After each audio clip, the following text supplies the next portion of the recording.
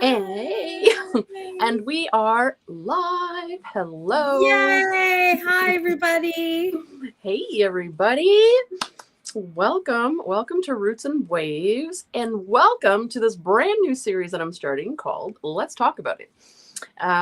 Yes, I'm super excited for this. And before I get into details of what the series is about and what we're going to be talking about, I want to introduce you to someone that I've been meaning to collaborate with for so long. And this is my dear friend, Alana. We are Hi, both everybody. mental health advocates. Like, that's what I've connected with her on, like, on a deep level. And yeah, she's got a YouTube channel called 3 Degrees of Love Divination. Obviously, her links are below, so check them out. Make sure to subscribe to her. And welcome, Alana. I'm so excited to have you. And I'm excited to be here. Thank you for having me on your channel. It's such a blessing, and it's like I'm like super excited and over the moon because I love your lives. I love you and Oh, just everything that you represent, and just how you are. You are a beaming light in a sea of darkness. aw. Like that's how I feel like about certain people that I come across that are just like magnets, like, Mm-hmm. of, to me, what I would say authenticity, Yeah. love, like, and just emanate that in just how you are accepting of other people, how, open and honest you are about yourself. And, I mean, we can only do that to a certain degree, right? Without, Yeah. you know, totally exposing ourselves. So, but the fact that you've managed to be able to do that in such a very friendly, welcoming way is why I gravitated towards you. So, Aw. in that sense, and it's, I guess when I feel like I found my people, it's like I'm a magnet, like it's like Yep. Yep. Exactly. right. Yes. That's what it feels. So yeah, and then especially since you had started with Rain, the biweekly Beyond the Veil, and I'm Mm-hmm. like, yes, this is exactly. It's like it's weird because it's like I'm manifesting the things I want to see, but I'm not always the necessarily one behind it. Like when I say like, Yeah. right, like it's like I want to see it out in the world, but it doesn't mean it's not necessarily by my creative hands, right? Yeah. So Yeah. and to me, it's like I'm like I'm over the moon because this is what I want to see, but I don't want to have to do it all either, right? So Right. it's like if there are people who I come across and can connect with who are doing this same like-minded work, then I'm absolutely all for it, right? Yep. Because to me, it takes special kind of people to do this kind of work. Yeah. It's not easy to be able to allow yourself to be open and vulnerable to take on or listen to and create and hold space for people who are struggling, right? Right. Yeah. And now in today's world, it seems like that's everyone, Yeah. For right? sure. To some Yes. degree or another. So, Absolutely. and that opportunity to be mindful about how we are in the world, how we connect with each other, which I feel like is we're living in a world that's very disconnected. Yeah. It was funny because earlier today I was thinking to myself, I was thinking about our live and the things we're going to discuss and all of that, and I'm like, this is World War Z. This is literally World War Z. We are living in World War Z right now. No, it does not look like the movie per se, right? And we're not necessarily like, blood sucking, eating, zombies, like cannibalism or anything like that. But there is a variation to it. If you have that sort of creative, expanding sort of imagination to Hmm. understand, like, not everything is to be taken literally. A lot of Yeah. the things that we see, there's a metaphorical message, right? Hmm. And Hmm. so it's the idea of how we can separate the two to make sense of our world. And I think Yes. that's where this the burnout, everything that I've experienced in the last 10 years has forced me into isolation. Mhm. Even though Mhm. I realized that I wasn't listening when I was told, I was basically put there, but it's like I couldn't do it. So I made it worse for myself by still wanting to be that type of person who's always helpful and stuff like that. But the lesson that for me that I had to learn was, no, honey, you need to stop and you need to value yourself and Yeah. take care of yourself. Because if you don't take care Yeah. of yourself, how the hell are you going to take care of everybody else? That's right. And that's a tough thing, right? That's a tough thing to do. And I understand that because I was in the same boat, or I am sort of kind of still. Um, Thank you so much for all your kind words. And, I agree, that we've connected on that level of mental health, but then it just sort of evolved from there. You're a big part of our chat for Beyond the Veil. So thank you for all that you always contribute to the chat because, when Rain and I designed that live, it was around an interactive live. Like we want people to, that's why, they go 2.5, sometimes 3 hours is because we take our time and we include the chat. And so, speaking of chat, we do have some people joining us. So I just want to do a quick hello to Jenny. Hello. Thank you for Hi. joining. And So I'm Audra. not sure, but I can't see the chat. So That's okay. Yeah, if you have another device, you can follow along on YouTube, or I can I just guess I pop should up. have. Okay. That's okay. No worries. Or I can just pop them up on here. There is a comments thing on StreamYard where you can click and see, but it's kind of hard because then it covers up your screen, so you can't really. Oh yeah, and I don't want to do that. I'm just. I was about to go look, and then I was like, no, let's not mess this up for myself. Let's There's just. Sandy. Hey, Sandy. And there's Tom. Hi. Hey, Tom. And Elizabeth. Hey. Thanks for being here. And Beth is here. Hello. So many amazing people. Thanks for joining us today. So yeah, like I said, this is a new series called Let's Talk About It that I'm starting. It's just I wanted a space. Hold on. I gotta limit this. I wanted a space that I could come to that was just super chill. And, I got my coffee next to me and I just want to talk about the things that are currently inspiring us, like tarot decks, oracle decks, deck studies or books, other YouTube channels that we've come across. I just kind of wanted a space just to hang out and live chat with people in the chat and anybody that would like to join me for it. So just kind of like an intimate and chill chat, nothing really formal or anything like that. And we'll just kind of see where it goes. So today's topic, though, that we want to chat about are the books by Drea Bloom. So for anyone that doesn't know, Drea Bloom is an author, among many other things, I believe. What is her official title? Is she She's a psychotherapist. Psychotherapist. There you go. And that's like one of the main things that drew me to her. It's actually a really funny story if you want to hear how I came across her. So, sure. Actually, it's this community. This community is the culprit. So this community being tarot, oracle, divination community, and more specifically, I'm talking about Robin of Robin Reflections, who she was reviewing some of Drea's books. And when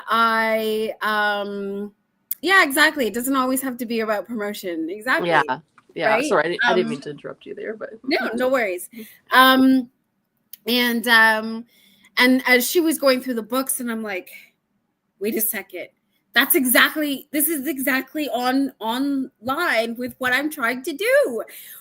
Combining therapy practices, therapy and tarot. Like, this is exactly what this stage of my life is all about. So then finally I was like, okay, so I watched the video and then I was like, okay, bye Robin. And then I was like, so now I'm like searching and I'm looking her up and Drea and and then I see the books. And when I looked at her website, there was something that on her website that she has listed about herself and she had something specific about IBS and the connection with that and stuff like that. And no word of a lie, because, well, then again, I mean, I'm naturally like this. It's my piggies. They're just, they're You're my good. feelings. We love you for who you are, my friend. It's so good. And so, like, instantaneously, I came across that. I read her website. I was diving into learning more about her, and I immediately started crying. Oh. And I was like, because I was like, I felt like I had a deep, relatable connection to somebody who I know nothing about. I'm only learning about for the first time. And, obviously we come from, opposite ends of the world, literally, culturally speaking, right? And all of that. And then, but I was like, but for some reason, for the first time, I felt seen without actually being seen. You know what I mean? Like, it's weird. Yep. She holds space like that, right? Like, she doesn't even have to be live with you, and you feel like she's holding space for you. Yeah. Exactly. So right away, I was like, okay. I was like, yeah. So, I reached out to her. I told her all, how I came across her, and asked her if she would be part of my, to do an interview. And she was like, yes, of course. And she was busy at the time, and, there were things happen, but we managed to do it. And she sent me, some of her books complimentary, which I did, talk about on my channel. And of course, it all started with Robin. Robin was the bird, literally and figuratively speaking. And a very pretty one. And and so, and I know that since then, I've seen more videos from Robin where Drea has more recently released a few more different books, and they range from, like the main ones are the shadow work, the tarot activities. Those are my favorite. And then there's the tarot for transformation. And so, and already the one that I've really, like, right off the bat have connected with more so because when I get books, and if they're like journaling kind of books, I don't like to write in them. So I rather buy a cheap journal, whatever, and then just sort of use that as my thing. So, but with the tarot activity book, it's just like literally activities that and I've used some of them already, or maybe a couple, and I've done, videos with them, per se, very similar to what Rain is doing right now with the, what was that? The inner. Healing with the Inner Tarot. It's the Inner Tarot book. Yeah. Yes. Right. So something similar to that is what I kind of had in mind for the tarot activity book. And so that's what I'm kind of playing around with now, a little bit, and to do more videos like that, because I think the books are brilliantly written. And I feel like it's well, I mean, I'm sure there's lots of books out there, but I feel like it's the book to connecting those two worlds, to bind tarot and therapy together, and to make it accessible, right? More accessible for people, because we know we're in a mental health crisis. And given that, Drea Bloom. And all of her information, Jenny, is below. So you definitely check her out, like Instagram, website. There are some interviews as well that we did. Like Alana did one with her just this year. It was in May of this year that she had her on her channel. And then I had Drea on my channel back in 2022. So that was really cool as well, because it was like we kind of got into some stuff and talking about her books and everything. So definitely check her out. Like Alana's saying, like, there's a variety of books, and again, and so I just want to point one thing out just before we get any deeper into this. I just want to point one thing out that was really well said. So Tom's right? It's not all about promotion. And unfortunately, out here, especially on TarotTube, it can sometimes always feel like an infomercial. It can feel like a commercial. It can feel like people are pushing decks because, oh, look at this new deck, look at this new book, sign up for this course. And it's kind of like, and it can get overwhelming, right? So I just want people to know, like, on this series, like, it's called Let's Talk About It, but I'm not telling you like run out and get the book and you know what I mean? Like, I just want to talk about the things that are lighting us up and inspiring us and that we're using in our practices. And really it's to encourage really to use what you already have, or, you know, just sort of hang out and maybe you'll learn some things from what we're sharing, you know. And of course, if you're inspired to get these tools and that, you know, you're in a place that you can afford it, by all means. But this is not to promote, do you know what I mean? It's not really to promote sales because like I don't like that. So thank you so much, Tom, for pointing that out. And I say that because I want to show you the stack of books that I have. I'm a huge fan of Drea. So, okay, they're really heavy. So let me try to do this here. They're gigantic. They're gigantic books. Okay, so I think I have all of her books. I'm pretty sure. I think there's like a couple of them from her earlier years that I don't have that kind of are not really related. That's a lot of books. That's a lot of books. That's amazing. I mean, I have a lot of books, like, but mine are not necessarily just, you know, Drea. I have a lot of books in general, but yeah, like. So I want to point something out though. So Drea Bloom has transitioned. Okay, so formerly Drea was known as Andy Matzner. Okay, so if you're searching for some of these books, some will be under her former name of Andy Matzner, and then now she goes by Drea Bloom. Okay, so just not to confuse anybody with that. How it all started for me with her books was, just get up here. Again, they're huge, so I'm trying to, I find, let's see here. Andy Matzner is this one and this one. Okay. All right. So I started off with Tarot for Transformation. I think a lot of people maybe have heard of this one. This is chunky, like a chunky book here, right? And what drew me to Drea was, you know, obviously her connection with tarot and mental health. But I think more importantly, Drea invites us to be more creative with the tarot, right? Like, you know, clearly that is one thing we have in common, you know, sort of in this community, or if people are drawn to my channel, is reading the cards. And so I love tarot for introspection, for deep work, for like working on ourselves in that manner. You know, it doesn't always have to be predictive. I mean, I don't even use tarot to be predictive. I actually would prefer it to be like a deep dive and to sort of feel out the current energies. And Tarot for Transformation is... I don't even know where to begin with this tome.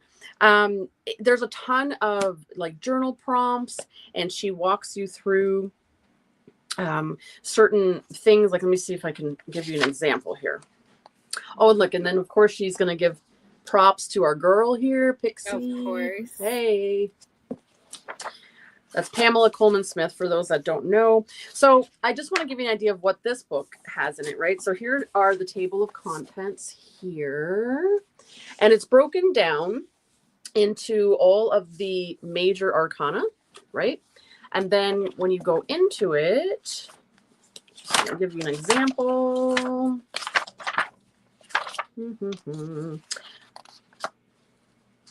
Then she goes into detail about each card. And as you can see with how many pages are there, she goes quite extensively. So she'll give you some sort of like words to go by, like for the Fool. But then it gets deeper, right? She'll give you questions to ponder. She's big on quotes, like from other people, like famous people, which I love because I love quotes. It gives you sort of things to like meditate on and things to concentrate on. I mean, honestly, it's packed full of information, and you can take each major arcana and really sit with it and dive deep into it. And it's made me a stronger reader in terms of being able to look at the major arcana in various different ways. And I really recommend this if you're looking to get deeper into working individually with the cards. And if this is something that you want to see more of on the channel, let me know. Because again, I'm not saying you got to run out and buy it. We can work on things together right here. You know what I mean? If you want me to share some things, I know Drea would be completely okay with that. But and that one, again, I wanted to point out, that one is under Andy Matzner's name. Okay, so if you're looking for it, these all are like a print on demand through Amazon. So if you look up Andy Matzner or if you look up Drea Bloom on Amazon, they're all there for you. And they're all listed on the website, which is also below. But yeah, there's all different sorts of books. There's also journaling the Tarot Evolutions. Oops. Something just fell out of the book, but I don't really know what it was. It's okay. So here's another one, and you can see how big this one is. Now, I know that the newer books that she's put out are not as like big as this, but they're still substantial in terms of thickness. And so this is exactly what it looks like. It's journaling the tarot, right? So just some journaling prompts, and again, walking you through each one of the cards. And did you want to add anything to any of these books as we go through them, Alana? Well, I want to say that I think out of the next, as you keep going on about a tarot transformation, which is like, it's chunky, just like like, as I'm listening to you, I'm looking at my copy sitting here next to me, and I'm like, it's like a Bible. It is. It is kind of like a Bible. Yes. Right? It's like it's beyond a Bible. It's more like a textbook. And then it's like a textbook of your individual life, right? Yep. So then, because if you write all in it, it's going to be about you, right? But the next book that I'm really excited to see, hi John, is the tarot, the shadow work journal. And anybody who's been following me on my channel knows that I'm big on the idea of shadow work, right? And all about that. I tried to do a tag once, but I didn't really have any prompts to it. It was just really me just wanting to gush all about shadow work decks and books that, sort of fell into that category. And I called it shadow work, you say, because the reason why I called it that was because of the fact that in Tarot Tube, seeing so many people talk about shadow work and what they describe as shadow work and stuff like that. And I'm like, yeah, you have a point, but you're only just scratching the surface on what shadow work really is. Like, it's like, if you're doing your shadow work properly, most people don't want to go that deep, because most people, it's a scary thing. Like I think in one of my videos, the analogy I used was, there's a meme that's floating around the internet. I don't know if anybody's seen it, but it's a little girl, and she's like trying to run away from her shadow because she's so scared. There's like this dark figure, but she doesn't realize, because she's a wee one, right? That's her shadow. That's her she's running from, right? Mm-hmm. And so when we, like, as children, and we grow and we get older, there's the parts of ourselves that we run from, that we don't, right? The darker parts, our traumas, our responses. Mm-hmm. And the thing is, what I find, from what I gather from the norm of when people talk about shadow work, and what they're doing, like I said, they're only really scraping the surface, and it's really just to make peace with their trauma. They're not now diving further into it to see how their trauma has now affected their emotions, how their responses, their actions, their how they present themselves in the world, how their interactions, sort of thing. And it's like, and to me, there's layers upon layers of shadow work. There's layers that start from the person, start from self, but we move out into the meso, like being the community within around us, and then even doing shadow work on a macro level, right? Yep. Like, yep. I'm saying we're in a zombie apocalypse, if you will. Right? Mental health, everybody, the way that we're so disconnected from one another. Right? Like, yep. you have Peter robbing from Paul because, but the thing is, Paul and Peter both can't make ends meet, right? And it's like, so it's you can understand Paul's point of view, but you can also understand Peter's point of view, but still none of it still doesn't make it right? Yeah. How do we make it right, and why is it not right? That's the deeper part of the thing that we have to dive into, but most people aren't willing to do that. No, that's right. And that's the thing. And when you say the word work, like shadow work, it is work. And it's the work part that people shy away from. And I find that with the tarot as well. Everybody's like, ooh, pretty art, and this is cool. And like, hey, like all these, like, sometimes I refer to them as surface level questions, but let's dive a little deeper. What's the core of that you're really trying to get to with the question? That's where I thrive in tarot. That's where I really want to go. And there's a lot of people who don't want to go there. You know what I mean? They're like, no, I just want to know if my ex is going to come back. You ain't got to get into the details of why we broke up or why I'm feeling the way I am. I'm like, but girl, there's your answer. Right. And then you have those, I think in, I was there. I watched one of your previous lives that you recently did about tarot ethics. Okay. Hi. And yeah, like, about the trolls and people coming in, they all want to, you're in a relationship, but yet you want to know about who's the love of your life. Right. Yeah. Really? Yeah. You need to see tarot. Right. I think at this point, it's not the tarot person you need to seek. It's a professional. Right.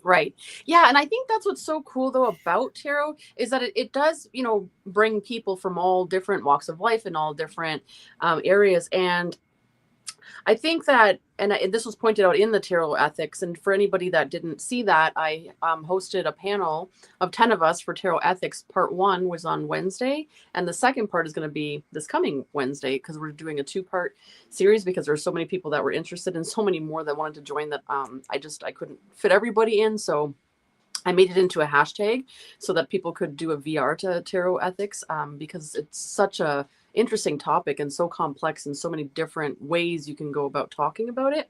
Yeah. But anyway, what was I saying? When it got brought up, the main thing that we all agreed on was like, people come to us as readers because clearly they have a question, but more importantly, these people are vulnerable. They're in a vulnerable state. Most times they're hurting, they're confused, they need clarity. That's why people come to us. And so it's really important, that we're really careful with how we handle the questions. You know what I mean? Because to someone like you and I that have worked in mental health, as professionals, it can be easy for us to pinpoint stuff, saying, hey, like I actually kind of see what you're really asking there. You know what I mean? And help them unpack that. And to be able to help someone like rephrase a question to really get to the heart of what they really want, that's talent in itself. That's like an art in itself.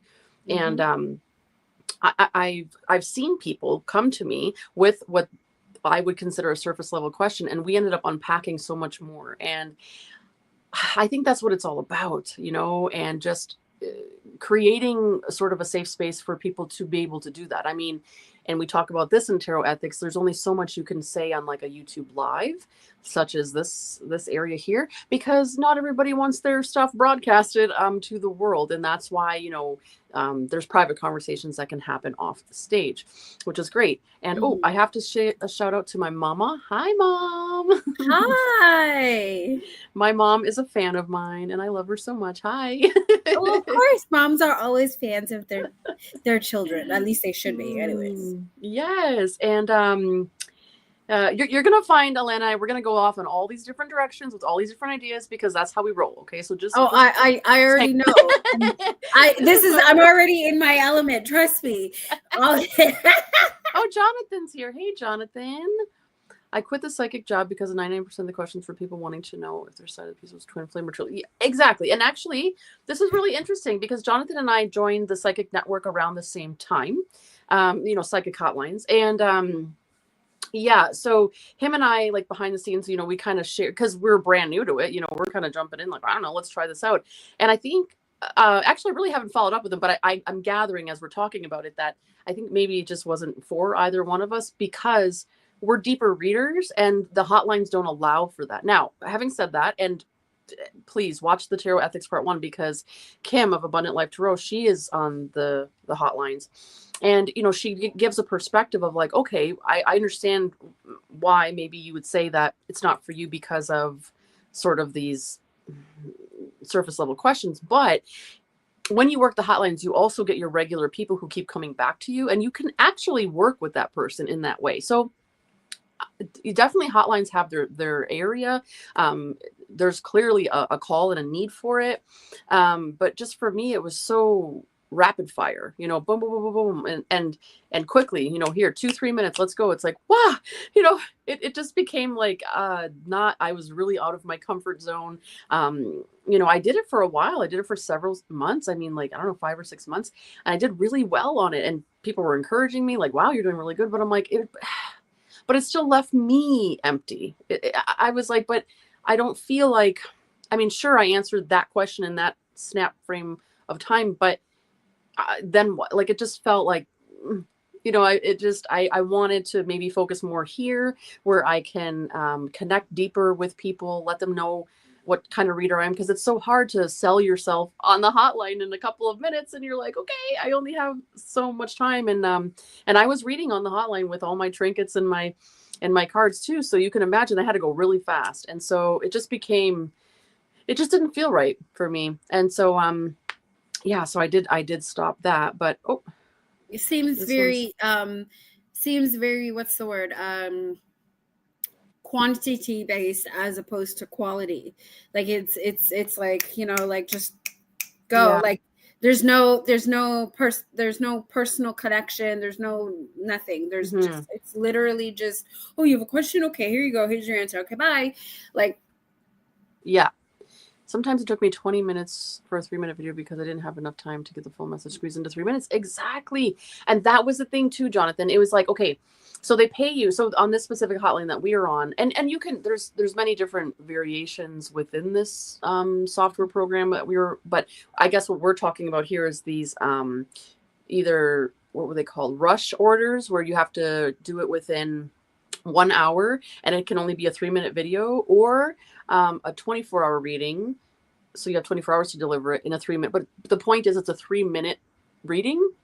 And so you would definitely prepare for it. You would do the reading, right? And then you'd push record, and in 3 minutes you're like, okay, and then this, and then this, and then this. And so to deliver it, and it was like, it just it's different, but it does take a special person to do that kind of work. And I absolutely am not knocking the hotlines at all. I'm very actually grateful for the opportunity that I had working on them. It taught me a lot.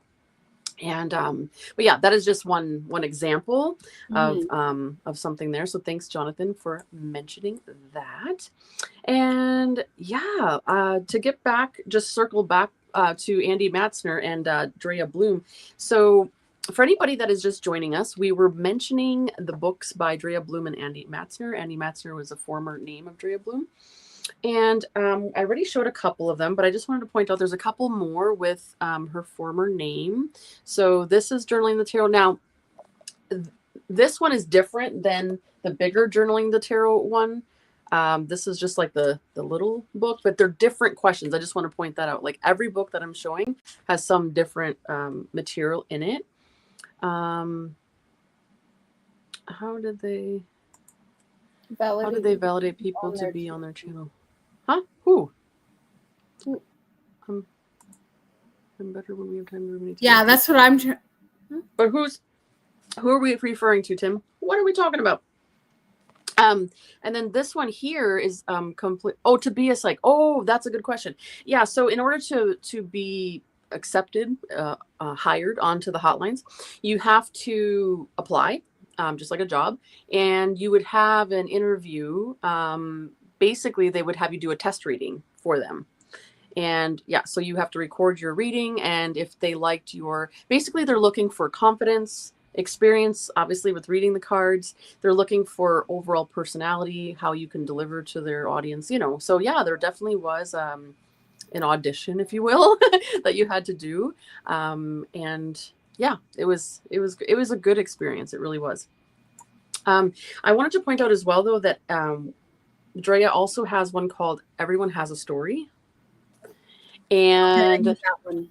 this one, yes. And this is one where, how would you describe it? Alana, have you, but you've heard about it, right?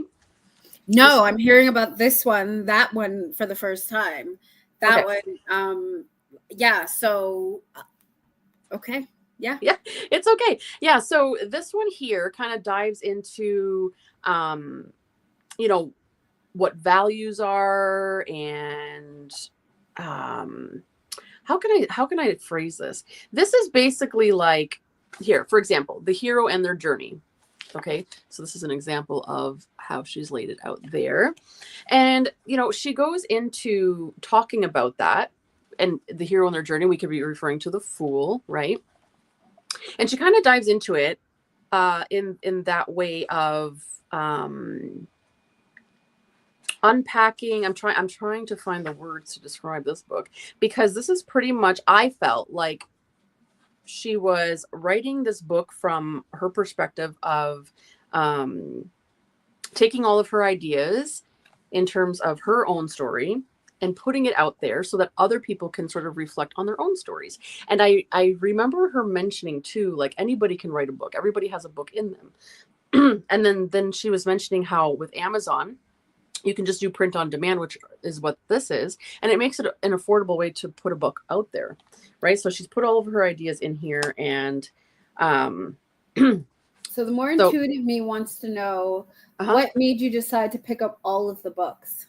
Oh my gosh. Well, so I connected with Drea back in 2022, and I found her prior to that, of course. And so I was sort of working through the Tarot for Transformation and all of that. And then when I met her in person, or, you know, like this, I just fell in love with her even more, because I just connected with her on such a level where I love the way she breaks things down.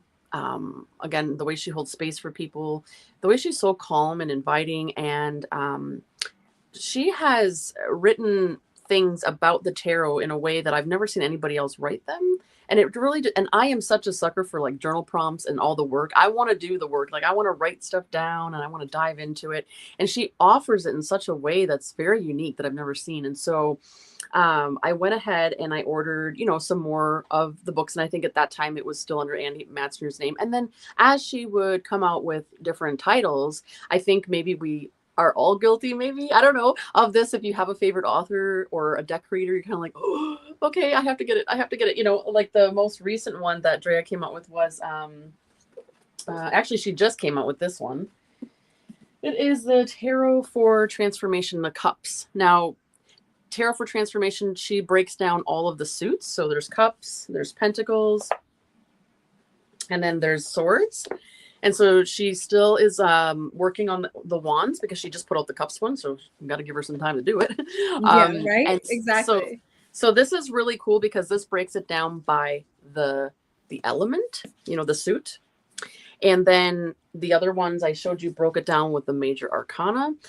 And so again, it just really gives us some more substance to work with in terms of that. So I have many, many tarot books, and I follow many, many tarot channels and authors and things, but I've never quite seen something done in the way that Drea delivers it. And so that's what really connected me to her. So I had to collect them all.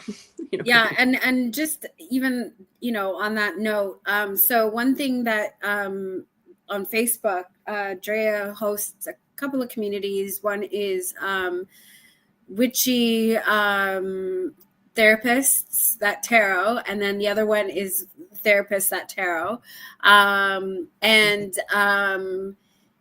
so it's basically an online group for practitioners to go and be able to not only discuss working with the tarot in their practice, and with clients, but also for us to actually do like break off and do some of the activities. So some of the groups that the Zoom meetings that when she has them, Drea will do is she leads them, right? And all the practitioners are there, and then she'll pose a question. We have to go through our tarot deck and find the cards that sort of speak to us, and then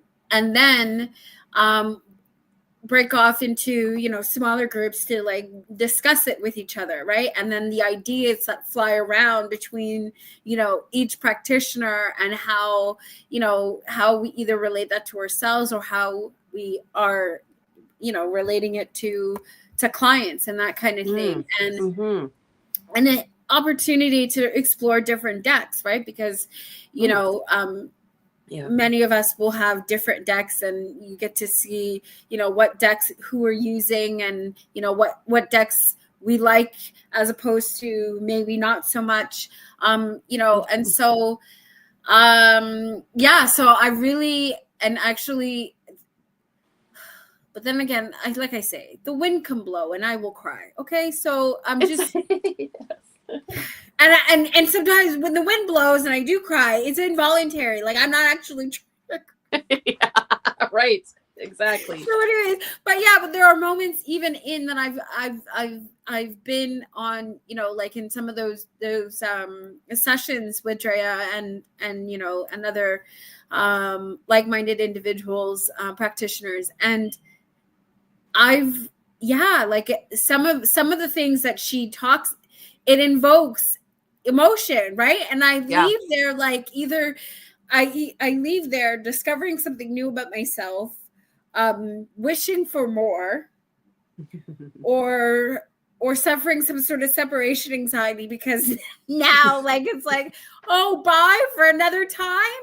But I'm enjoying myself. So why, like, no, why do I have to leave? Okay, fine.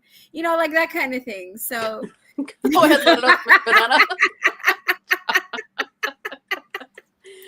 John's always a supportive one in the chat. Thanks, John. I appreciate that.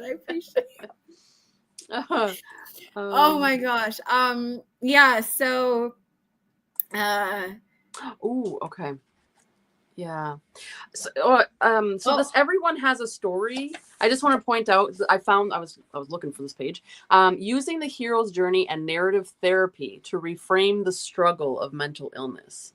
So that's the one that I was talking about, the story. So talking about everybody has a story within them, and anyway, so that's that one. I want that one like right now. Like now. But in terms of, if I had to recommend, I would definitely start with the Tarot for Transformation. I would start with this. As you can see, this is a good one to start with. It'll take you a while to get through it. But this is where I started with her work, and I think that's really why I recommend it, because this is sort of how I was introduced, and this will take you, like I said, through the major arcana. And then, like, if you want to explore, like I was saying, deeper into each suit, the pentacles, the swords, whatever, then there are these ones as well. And they're not as thick. Although I will say the one that she just come out with, the cups one, is a lot thicker. So, but I would definitely start with this. And then sort of work your way through it. Another good one, I know Alana's got this one, is the Tarot Activity Book. This is a really good one too. That's the one that actually I would recommend starting with.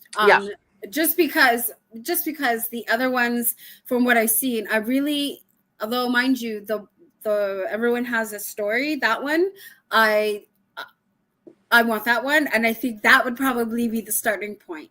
But however, the reason why I would pick the tarot activity book is because if you're not really familiar with, and you've never really done therapy to know what therapy can be like, I feel like those other ones are kind of daunting.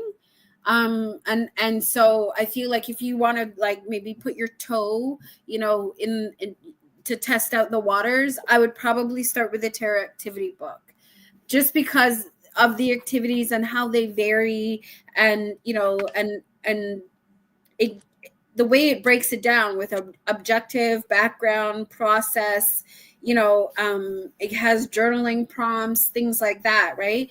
And then of course, what I really like is, and I've put my stickies in some of the ones that I really, really like. So like this one here, personal power.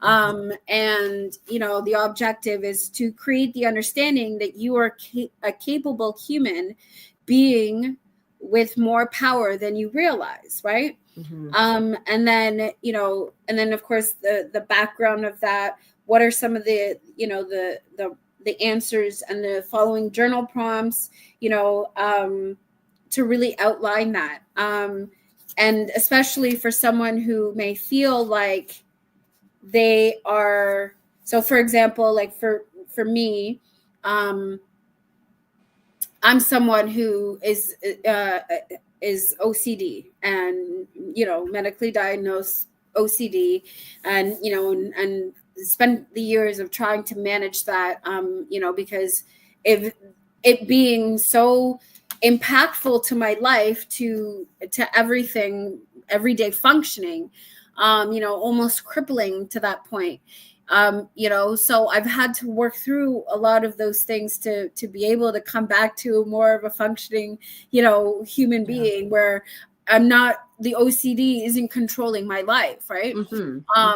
And so, but then it's now diving into, well, the idea of OCD, why, and did it stem from, why did right? And you eventually learn that it's because of anxiety. It's an anxiety thing. And a lot of the time for people, whatever trauma that sort of interrupted their feeling of control, it's about that, losing control and finding a way to gain it back. But you're gaining it back in a way that isn't really, it's not logical, it's not helpful. It can, right? And the way that it can impact, one's psyche, their way of living, depending on what the obsession is about, right? Because we can have different obsessions, and it can be, a multitude of things. And some people can suffer from a variety of different sort of types of OCD all at the same time. That's another thing too. It's not just about one aspect of it. A lot of people, like people who are not professionals or just the general public who don't really know, can get caught up in that one perspective of what OCD is. So anything outside of that they see or they hear or whatever, they're like, well, that's not OCD. And then there's the judgy, like I like to call mine, Judgy McJefferson, that comes in now, or to say, like, who's there, and be like, well, this person, it doesn't know what they're talking about because they've never experienced the kind of OCD I've experienced. Well, just because they haven't experienced your kind of OCD does not mean that they don't suffer from OCD. Yeah, exactly. Right. So let's just like put a pin on that for a second there. Take your emotions out of it, separate yourself from, and get back into the logical mind. So my way of doing that, as I say, is using the visualization of, or even if you can and you know how, astral traveling, but that idea that you're out of your body. You're out of your body. Your body is one entity, and the rest of you is another. and seeing how certain things affect that one individual, right? As opposed to, right? And so I kind of look at it, my analogy is, if you remember the movie with Will Smith, Hancock, and right, and Yep. and I think at the end of the movie, he's sitting somewhere on the top of the world or whatever, and he's looking down at everybody. And that's how I look when I visualize society and how I fit into the larger whole, right? It's a matter of now pulling yourself out of your world that and seeing the bigger aspect of it all, right? And when I go into my meditation moments and I'm doing that and I'm visualizing and stuff, it's like I feel like I'm sitting at the edge of, I don't know, like, you know, like the that part from where the world and the universe now is. And I'm looking down, but clearly in this sort of visualization, I apparently have bionic eyes, because sitting that high up, you ain't gonna see anything down below, right? Just you're just gonna see like this big ball.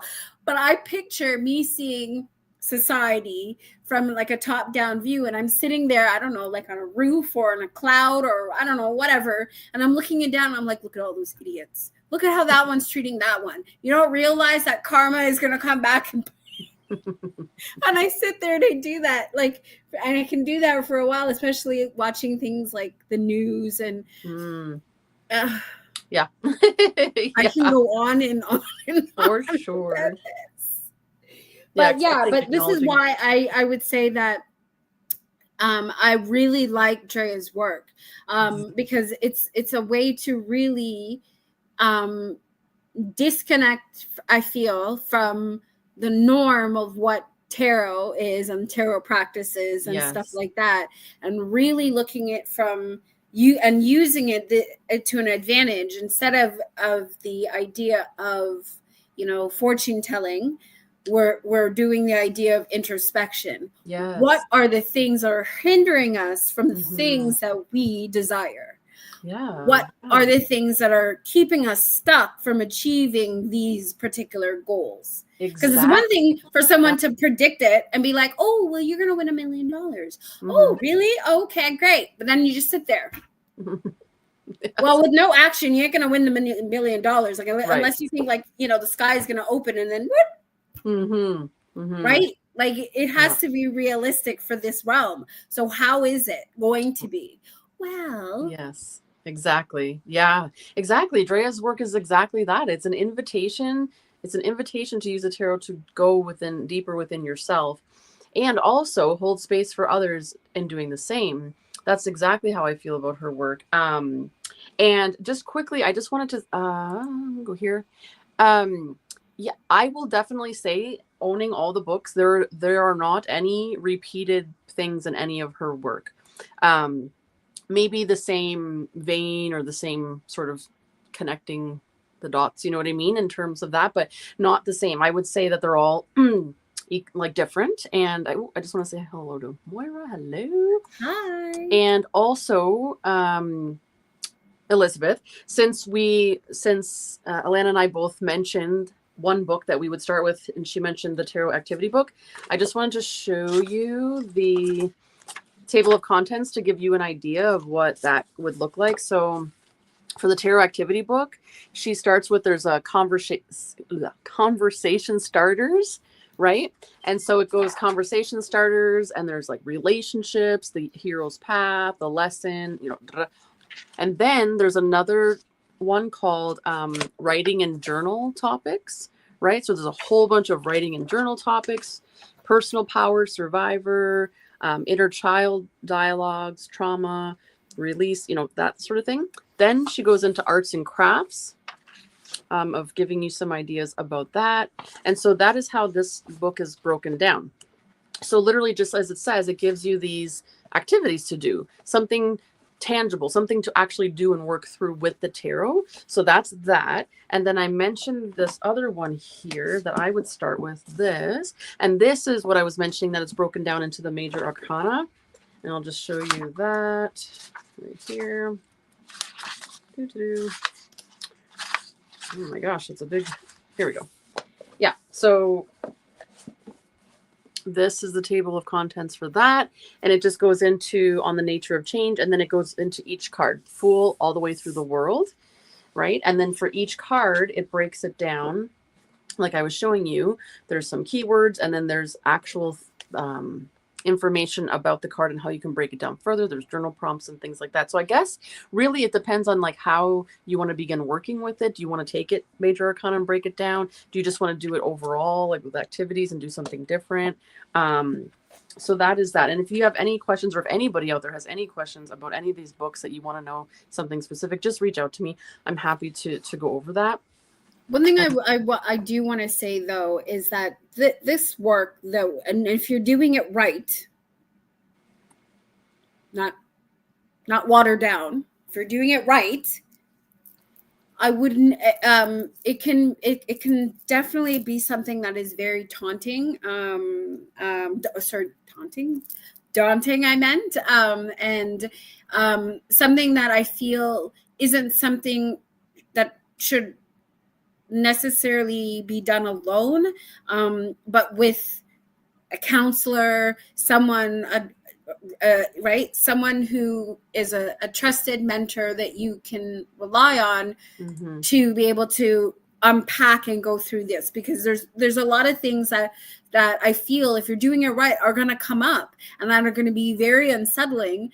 And, you know, and because you don't have especially if you haven't learned how to separate your feelings from yourself, yes, right? There's going to be a lot of things that are going to be confusing. And one thing that I feel that I notice, just in general, as on different forums and interacting with people, is that, our feelings,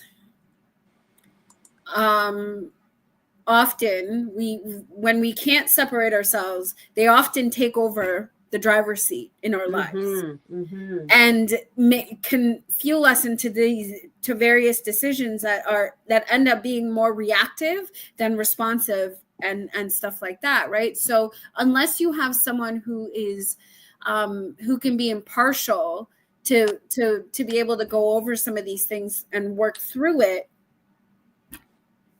you're really only just stirring up dirt, if you will, right? Like you're not actually, I feel, not actually cleaning up anything, but just kicking the dirt around. You know what I mean? Yeah. Yes. Because definitely. You're not able to really work through it with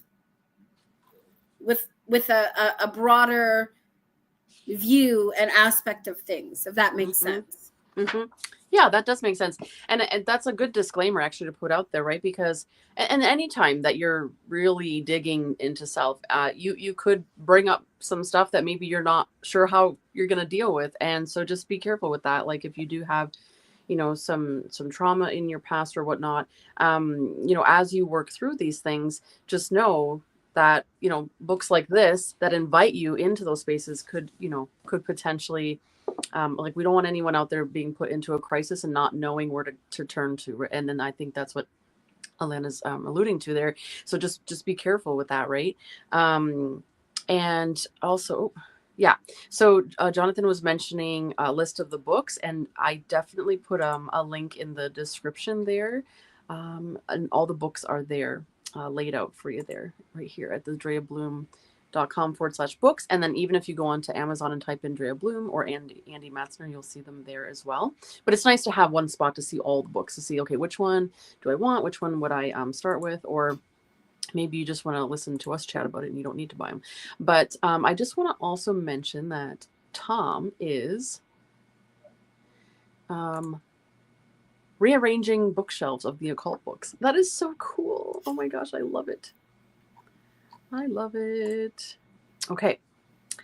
Then I wanted to mention that we are heading into a Hermit year, 2025, and I'm pumped about that because I love the Hermit. Hermit is my guy. Love it. And so in the Tarot for Transformation, I was looking at the Hermit card specifically the other day. So here's the Hermit. And like I said, Drea tends to utilize quotes. And it says, the quieter you become, the more you can hear. And that's Ram Dass. Yes. And so that's sort of what 2025 is inviting us to do, right? To quiet the noise, go within, and do that work. And this is a perfect sort of thing to talk about with Drea's work, is because doing the actual work is part of that, right? Mm-hmm. And well, the so, Hermit is my birth card. Oh, is it? Yeah, the Hermit, and I live like a real life hermit, and I've been doing it for 10 years. So hey, that's all right. I'm fulfilling my destiny, if you will, being a hermit. I guess I don't know. And actually, my favorite hermit card actually comes from the deck, the Lonely Dreamer Tarot. Yes, I love that. Yes, I have that deck. I have all the editions of the deck because yeah, I do too, actually. I don't know why I do. I don't need 3, but I just because they're all different, because it's also because you're fellow Canadian. That's right? True. That's true. Yeah. And I supporting my fellow tarot Canadians, right? Yeah. So and I think honestly, when I came across that tarot deck was, I would say, earlier on in my tarot journey, and it's weird because I would still consider myself to have been a beginner reading tarot then, but that deck, for some reason, I felt like an instant connection, and the readings that I was getting from it, I was like, it was instantaneous, and mm-hmm. and I got sent the Hermit card as like the extra, like the little magnet because I backed the Kickstarter. And it's always on my fridge, and it's like I said, it's like my favorite out of all the tarot decks that I have and that I've ever seen. Yep. I want to say that Hermit card is one of my favorites. Yes. And I think why is because actually I wish I can show it to you right now, but I don't. I was gonna say I don't think I have it next to me. Let's see if I can pull it up. Hermit card. And but it's what looks to be this sort of red background, and you can't tell if the person is like, it doesn't matter if it's like, female or male or whatever. It's just it's a person, because they look like more like a Buddha because the bald head and everything, but and they're holding what looks like this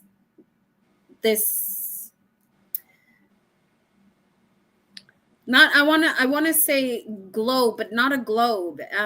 This almost like an aura, like they're holding what looks like a ball of light, mm-hmm. In their hand, and them focusing on this light that's in their hands.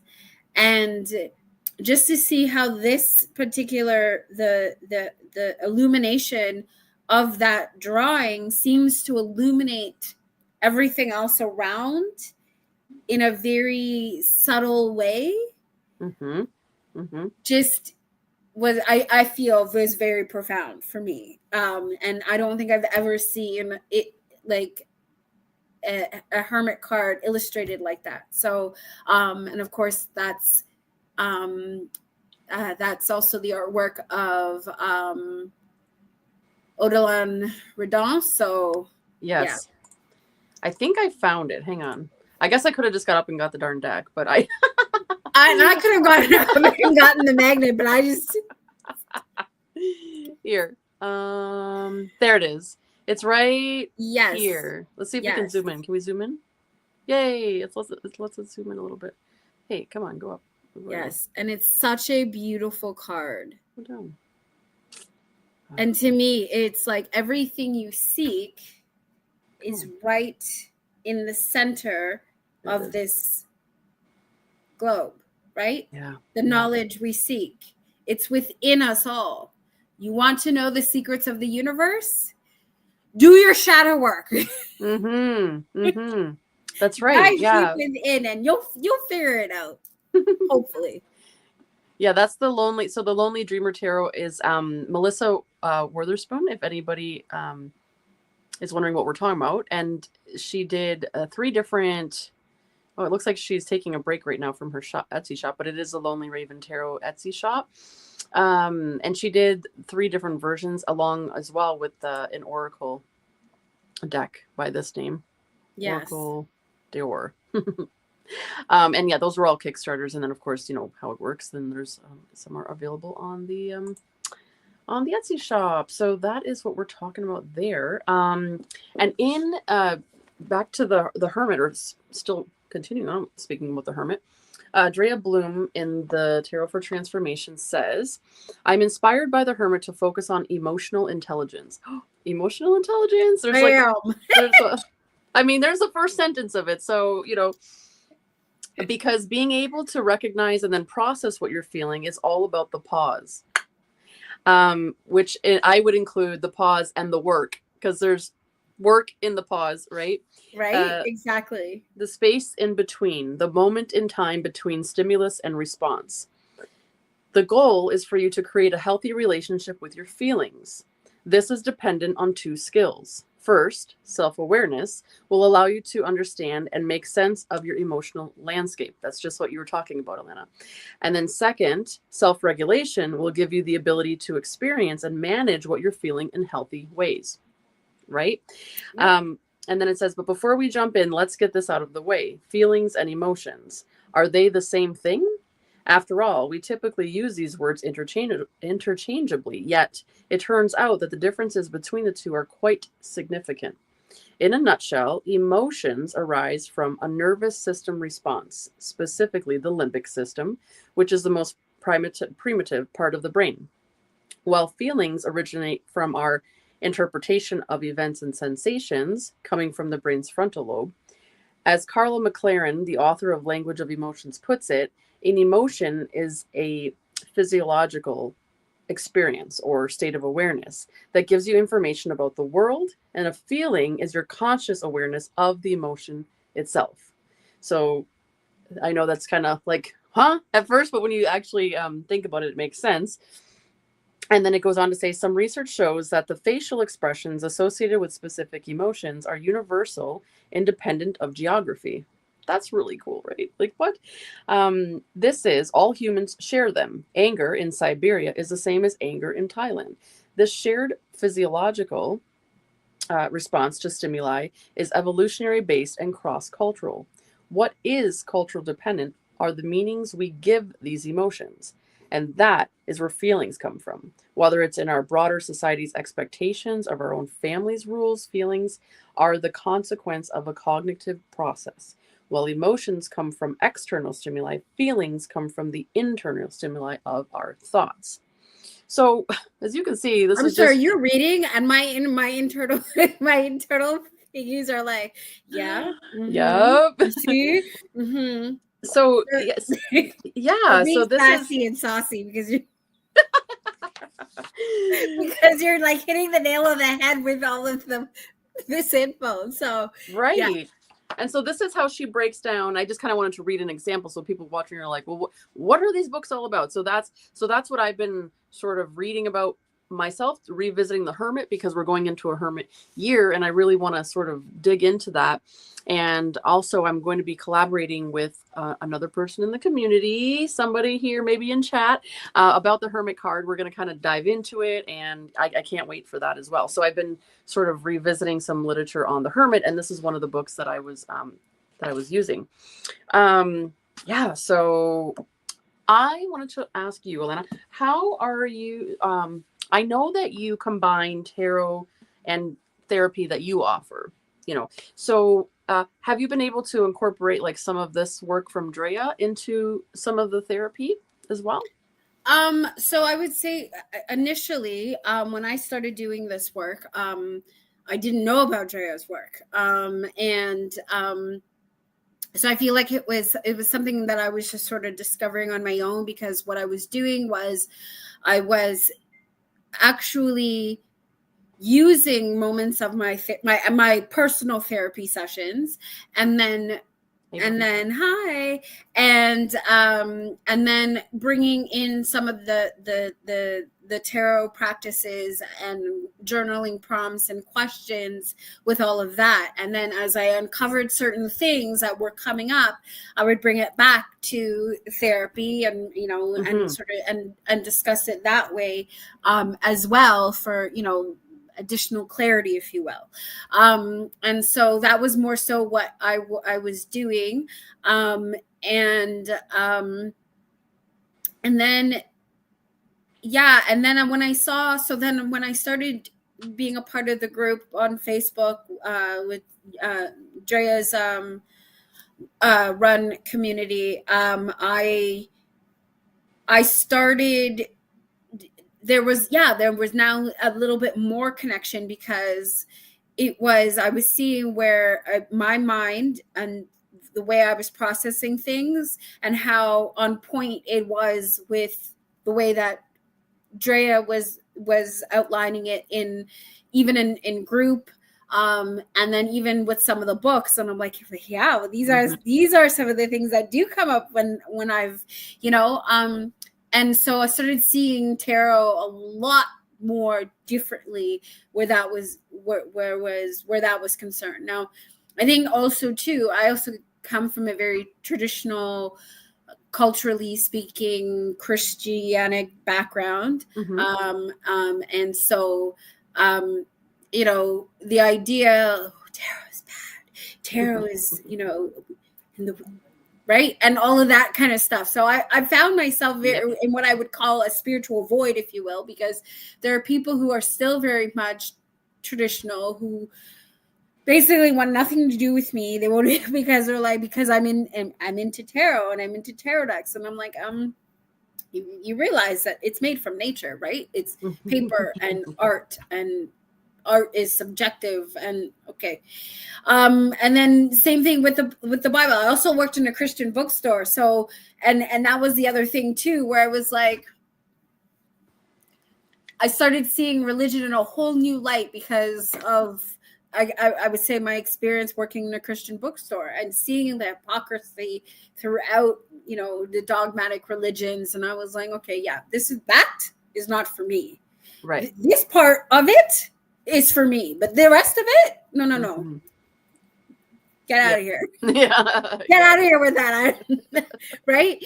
And so I started to see things a lot differently than what I feel like, everybody else did. And so it was like, now I find myself in what seems to be a void, where it's like, everybody seems so separate, right? We have all these different religions and practices and deeming what is bad, but okay, is it really bad though? How are we defining it? And it was as I was doing that, and then sort of thinking about that and doing the work in therapy, and the idea of my piggies came about in therapy, actually. Oh, really? And it was really because it was about me learning how to separate my feelings from situations, and things like that, and even like, when relating with others, and why would you respond that way? Well, because, that wasn't a logical part of me that was responding. That was an emotion. That was a feeling part that was responding, that took over and chose to do it that way. Whereas if I had taken that step back and separated myself from the emotion, I can see that the emotion had no place in this situation at all. Yeah. Right. But because of what I've been through, that is why that emotion responded, because it was and that's where we have all the different trauma responses, the fight, the flight, the fawn. The big thing that we're all talking about these days is people pleasing, and why we all need to stop that, and blah, blah, blah, blah. Yep. But then now it comes down to, like, how do you define that? What is people pleasing? What exactly is it? And you find that a lot of people are using that as a shield to just disconnect from people altogether, right? For the most part. And it's like, yeah, well, people pleasing is unhealthy. Okay, well, what part of it is actually unhealthy? Yeah. Let's really take a step back, remove our emotions from the situation, and really define it. And then I started going down many different rabbit holes, because that's how my brain operates. And then it was like I unleashed the pig's pen, and then all the piggies were running down the various rabbit holes. And if you know what pigs are like, because I send you piggy videos all the time, right? Their personalities make me laugh, like hysterically speaking. And I realize that because then I see that there's these things that they do called zoomies, and it's just because it's like a hyperactive, and it's like they just need to get it out. And I'm like, but I have moments of that. Yeah. It happened like when I should be going to sleep. That's when my brain wants to play a game. That's when that song just won't leave my head. And I'm thinking, Piggy, stop it. Give me a break. Exactly. So that's where the whole piggy thing came from, was because it was really about, separating my emotions and really getting to understand them. And then, even sort of what I call like having like a council meeting with my parts, right? And that's like, if I'm trying to figure out why I'm having this relational problem with this particular person, well, take the issue, separate your emotions from yourself, embody the fact that you're sitting next to your emotions as opposed to them being inside your body. And then you're having a discussion. Well, why do you feel that way? Why? And why is that response coming out? Why is, and that's how you can then get to really understand yourself and the way that you interact with other people a bit more, and be able to analyze certain situations and find what is actually the right positive response. And when I say positive, I'm not necessarily mean like, like upbeat, like, like that toxic positivity. No, I mean positive in the sense that is going to have the best outcome for yourself and the other person, right? Yeah. Or people involved, right? So now taking away from Thank you. Yeah. And but that's I like to pride myself on, even though I still in some ways connect with Christianity because that's my upbringing, that's my family historical thing, but I prefer to consider myself an omnist. And I actually only learned that word recently, like in the sense, like in my adult years, what the word and the term means. And I was like, that's brilliant. I remember thinking that's brilliant, an omnist. And it means basically is that you see the value in all forms of spirituality, and you hold space and take the teachings from each of them for the betterment of spirituality. But it's not about adhering to any one. Oh, thanks. Yeah, I learned that word myself, just haphazardly, actually. And yeah, so you see the benefit, the idea, you see the benefit in all practices of spirituality, and you'll take the parts of it that, and the combined, and how that combined forces into thing. So it's like into the whole. So that's like, and that's where the understanding, like when I say, when you draw back now yourself, you take yourself out from your perspective, your world, you can see the bigger picture, right? And then it was, and when the moment that I was able to do that in meditation, and I managed to find myself, it was like I unlocked the universe for myself. What it felt like I was unlocking the universe for myself, because it was now I had a better understanding of what seems to be all. And that's how I think that's also when I now started to come to the realization that I am love. I am love. Love is the highest vibration. And if we if we work to always raising our vibrations to see the highest aspect.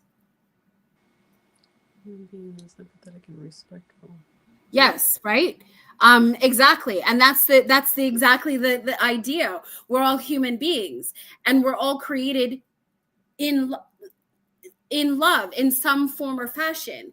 The journey that we took individually to get here is going to be all different for each one of us, right? Yeah. But we are constructed out of love. The universe is love. Everything that is created is love. Right? And the thing, we take one, two to make a third, right? And even just the if we really want to get to the nitty-gritty of it, and even just the act of creating a baby, that's love, right? Like it's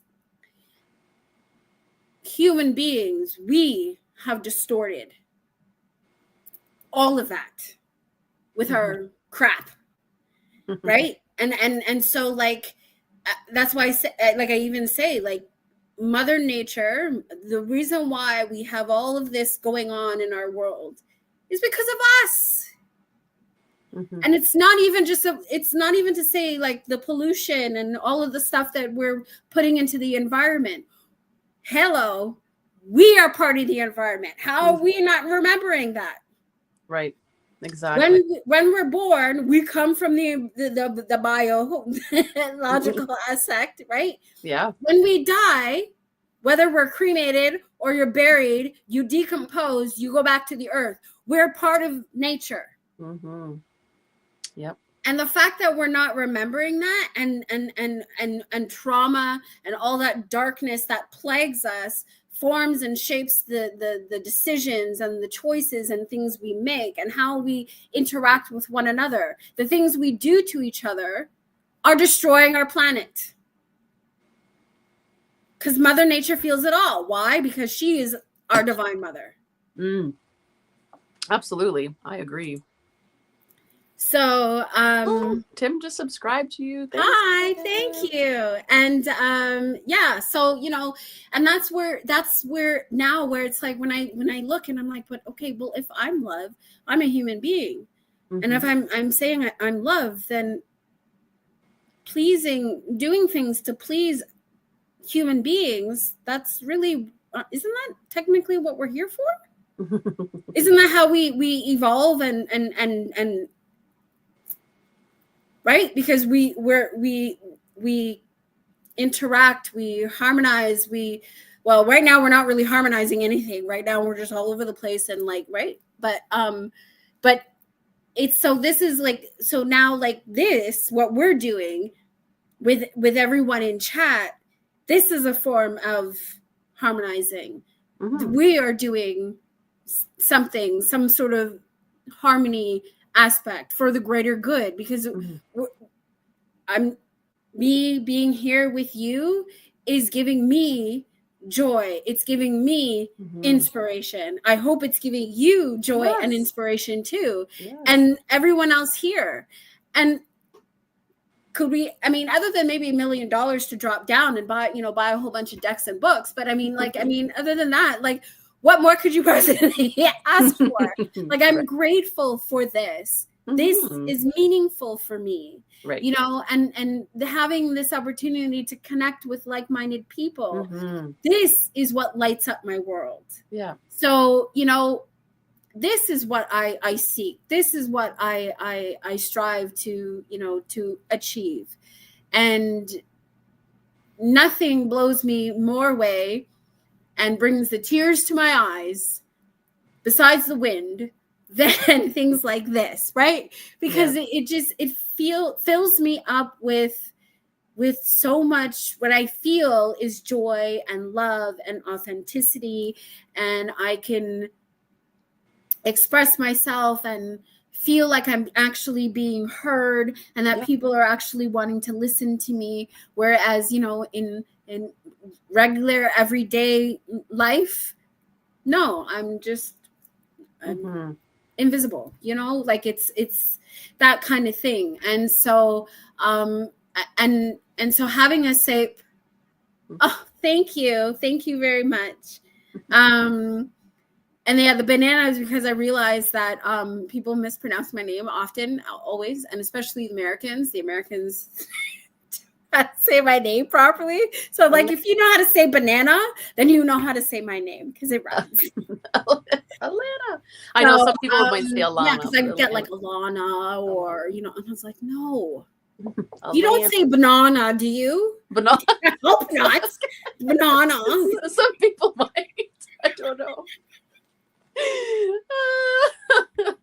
But you're right though, like this place, you know, this space, like I'm so grateful for this online space because it really has given me, like you said, a place to turn to connect with like-minded people, to just be present in the now and just share what's on our mind. There maybe is a topic, maybe not, maybe we're just going to talk about a bunch of different things, but it's important, right, that we have these spaces that we can come to share, you know. And I know that you mentioned in the tarot activity book that you had one that was bookmarked. I think you said personal power. I think you said. Actually, I have several that are bookmarked, but I mean, and the one that I have bookmarked that I love and I come back to time and time again is the portal.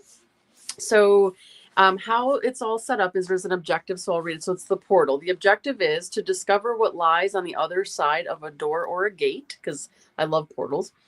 And then it gives a little background. So it says a portal is any kind of opening that leads from one place to another, whether it's an entrance or an exit. Doors and gates are symbolically quite rich. Moving through a portal can represent the following: passage from one state of a situation to another, a beginning or an ending, hope, liberation, change or transition, initiation, rebirth, communication, transcending a boundary, which is really cool, and contact with others.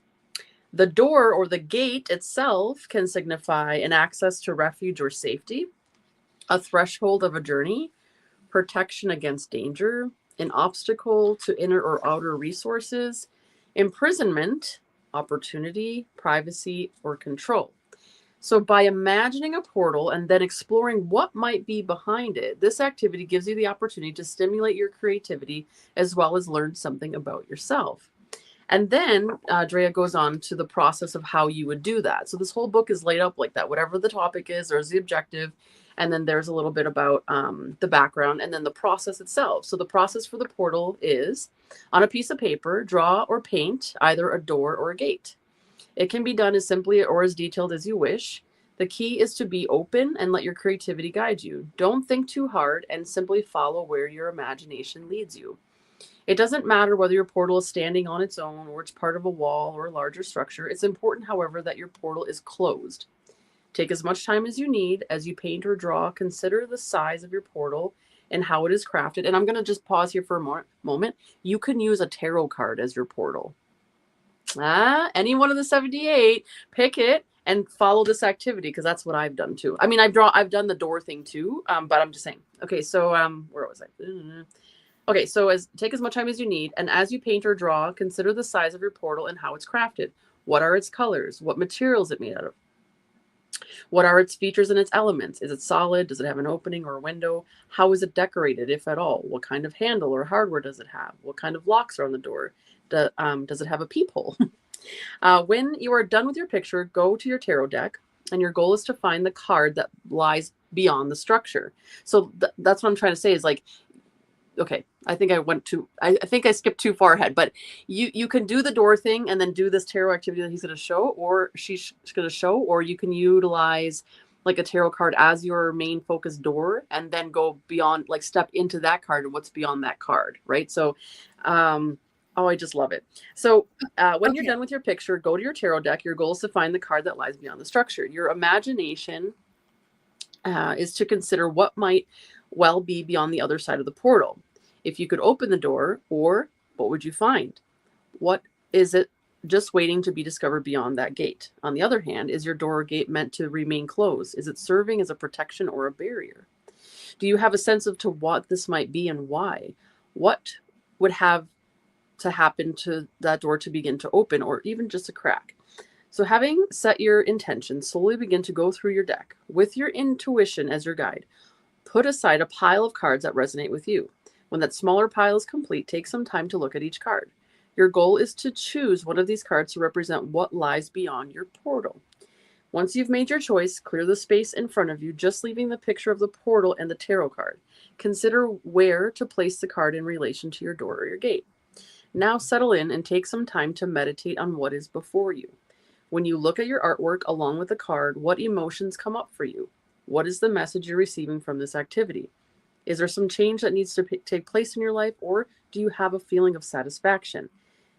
If you feel it's necessary, when you're ready to you may go to your journal and start to note down anything you feel is relevant about the experience. So, this could be like one of those meditations where it's like a guided meditation, but you actually don't have somebody taking you there. You're taking yourself through it. And like I said, be creative with it. Like, yes, you can physically draw the door and sort of focus on that. But like I said, I've kind of layered it, because that's my jam, is I've taken my focus card, I call it, and then I sort of sit with that. And then like I go through the deck and pick another one. Like if I went through into that, let's say 3 of Wands, I went through that and I like got on that ship and I sailed away. Where would I be going when that ship comes in, And then like I'd pull cards. I'm like, oh, okay, it could be this and this. And so it is a really cool activity. So that is, just to give anybody an idea, that's sort of like the activities that are in this book, and they're all very different. But that is that's one of my favorites, because I love portals and I love the whole idea of it. I just love the whole idea of like knowing that there's potential portals like all around us, and that we can walk through them at any time and explore them, energetically speaking, of course. John was gonna have to go. It looked like. Oh, yeah. Okay. And okay. Bye. And just actually, as you were talking, and I was just, of course, piggies were running down rabbit holes and chasing like ideas and whatever. But I was like, yeah. And then it reminded me, as you were talking, it also reminded me, because you talked about drawing. Mm-hmm. And then just this past week, I was part of a women's sort of self-esteem group and things like that. And one of the tasks that we were given, and this was a big trigger for me, it was a huge trigger, was the idea of thinking about that judge, that, again, talking about who that judge, and this is the judge, which is the version of self that we judge situations, ourselves, and other people with, right? Uh-huh. And that judge tends to be shaped and by various things, right? Whether it be the trauma we've endured, the programming that we've adhered to because of our culture and our upbringing and all of those things, and and then things about ourselves, right? And how that sort of shapes. And one of the things was you had to draw the image of your judge. What does your judge look like if you were to? Now, this was something that really triggered me, because when I was thinking about, well, besides the fact that I can't draw to save my life, but it was what I pictured didn't have a face. It was just this like dark cloud entity from what image that I can picture. And what that included was all of the, and I think I said this in one of my videos, all of recent videos, all of the criticisms, the rejections, all of the things that about myself that either somebody else has told me was wrong with me, that I didn't get accepted for, or that I was rejected because of whatever, and all of the high expectations that I even put on self. And all of that bundled up was a very distorted, dark image, entity, if you will. So that was not only just triggering just to think about it, but the more I thought about drawing, the more I felt like it was the rage of it all. And I would have just angrily drawn what would have been like a dark circle, coloring it to the point where I felt like I honestly can feel the bubbling up in my in my body, that I would have destroyed my notebook because I would have been just anger scribble, right? And that would be exactly what the judge was. That's the judge, this hard person that has high expectations and high values, and it's all because of everything that I've endured, that anybody has ever said about me, or that was, negative, or, and that, or I wasn't good enough or whatever. And all of that gets wrapped into this one. Judgerson. And, and you got to learn how to deal with it and take some elements from it that are maybe wise, and learn how to turn it into sage, as opposed to, an ally, as opposed to something. Yes. Right. And,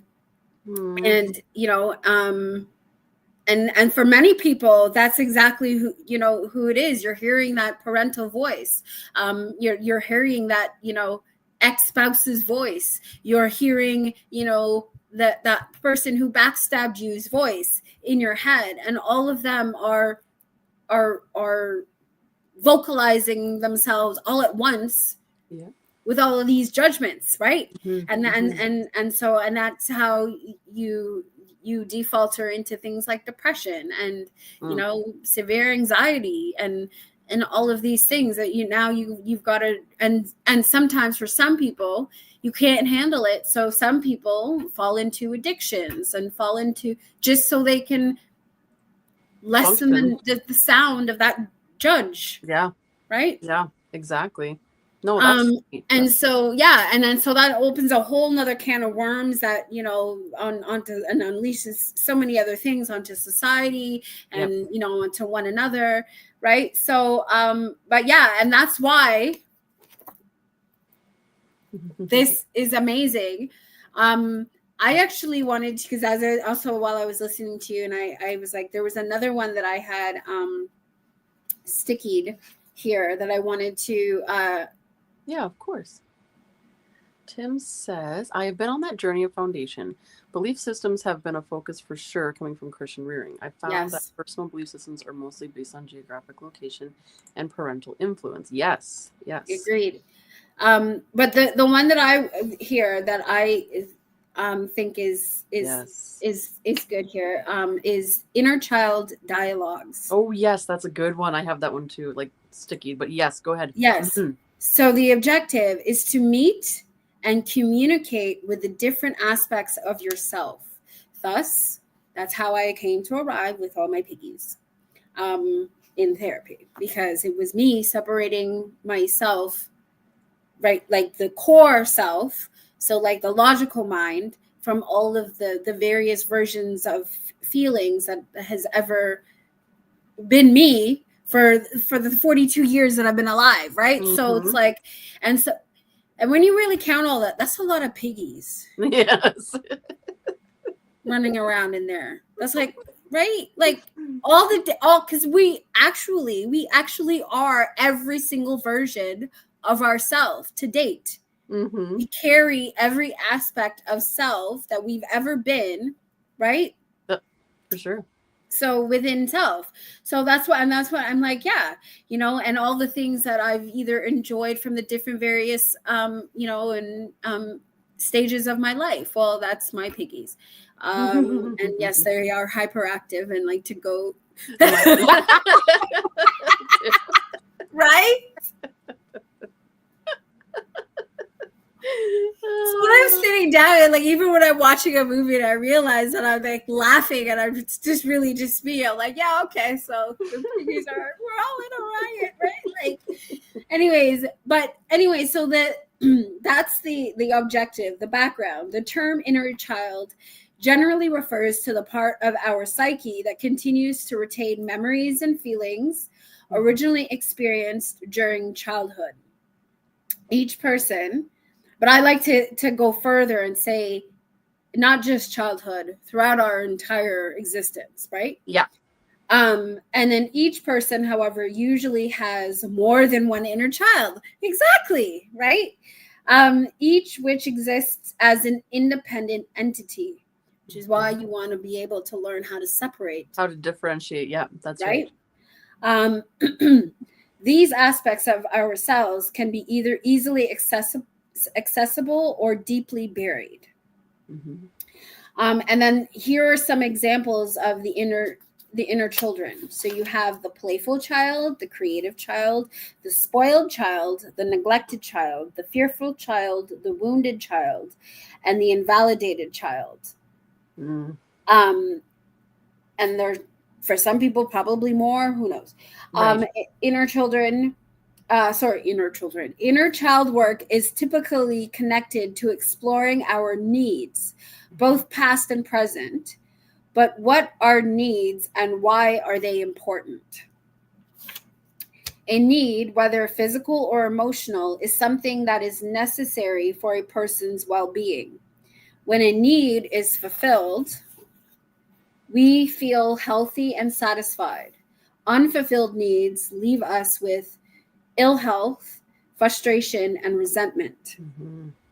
As humans, we all share the physical needs of air, water, and food. Different emotional needs, however, will resonate either more strongly or weakly with us because each person is unique. Mm-hmm.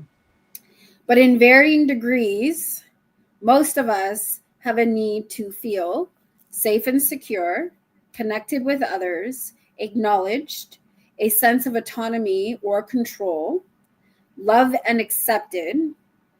I'll repeat, love and accepted, a sense of meaning in life.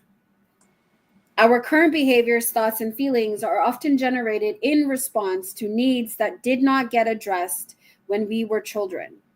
Because they were not filled, these needs continue to haunt us throughout life and into adulthood. Mm. So what if you could... What? No. Oh. Uh-oh, is that the computer talking to Random pop-up. You're like, put that piggy away. What? Stop it. I didn't ask you to come out of the pen. Good. Now, where was I? I'm sorry. Okay. Oh my God. Yeah. I know she's a keeper, isn't she? Yeah, she is. We love you. Where was I? I don't remember now. So what if you could communicate with your younger selves in order to discover what they have been craving all these years? What if now, as an adult, you realized that you have the power to reparent yourself? Right, to reparent. No, it wasn't. It's just like Mercury retrograde now. Oh yeah, we are in Mercury retrograde. I forgot. Oh no. Anyways, yeah. So that is, what if you knew you could provide for yourself what you never received as a child? How might that change your life and how you live it?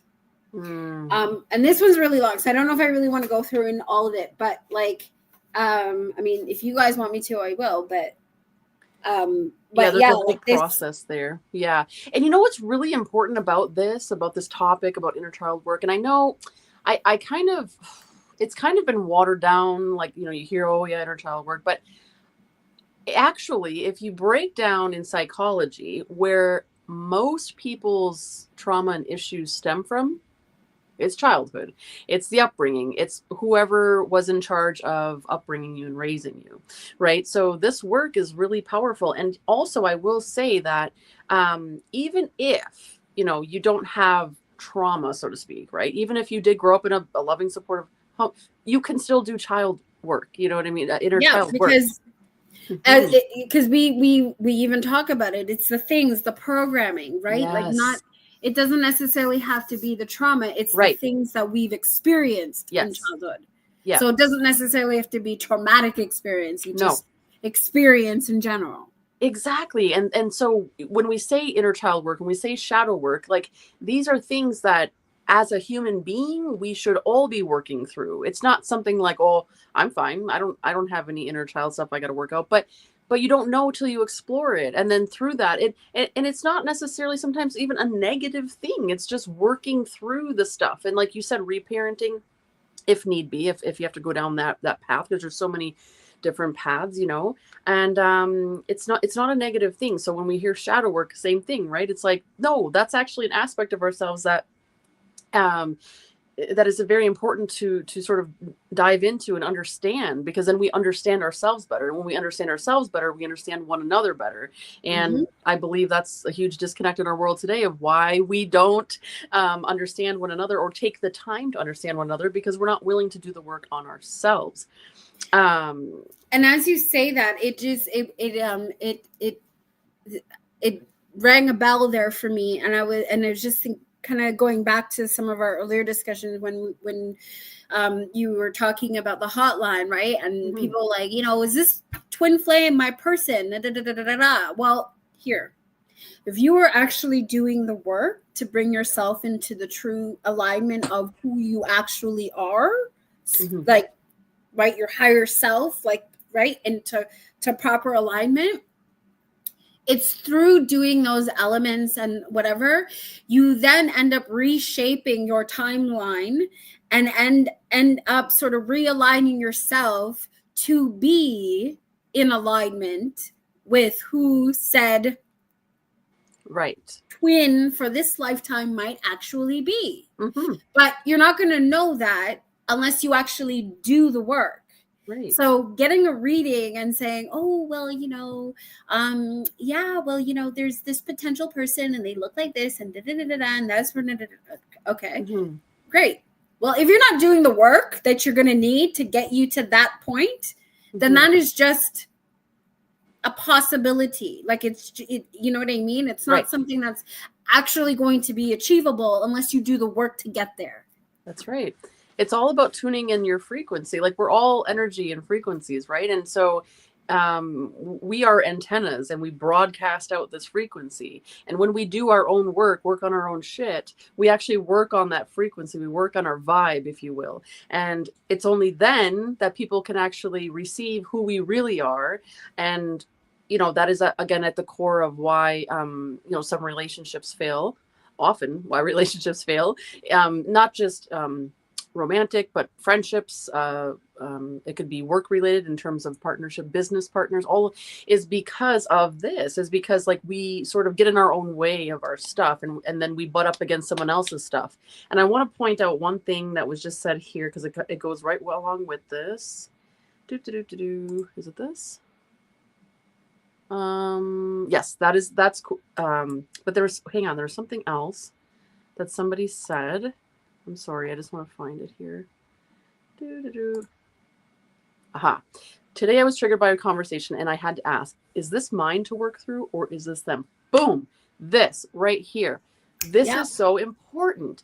Is it my shit, or is this your shit? And, like, it's okay to help people with their shit, their stuff, but it's not yours to carry. It is not yours to carry. And that is a huge lesson. And this is really interesting, Elizabeth, because actually I was going for a walk with my husband today, and this very thing came up just in conversation. I was saying, one of the biggest lessons that I've learned in life is it my stuff, or is it the other person's stuff? And when you can differentiate that, you can understand, like, okay, this person has this work to do and they need to own this and work on this. Again, if you're in a position that you're able to help them with that, okay, but it's not your responsibility to do so, right? And that is that's huge. And but so just to answer that, actually, if you can put that right back. Oh, sure, yeah. Just to directly answer that question, and yeah. I feel like, because there's one part in this that was said. Yesterday, I was triggered by a conversation. Now that aspect, and now wondering if whether or not that's for you to work through, who was triggered. That's the question there. Who was triggered?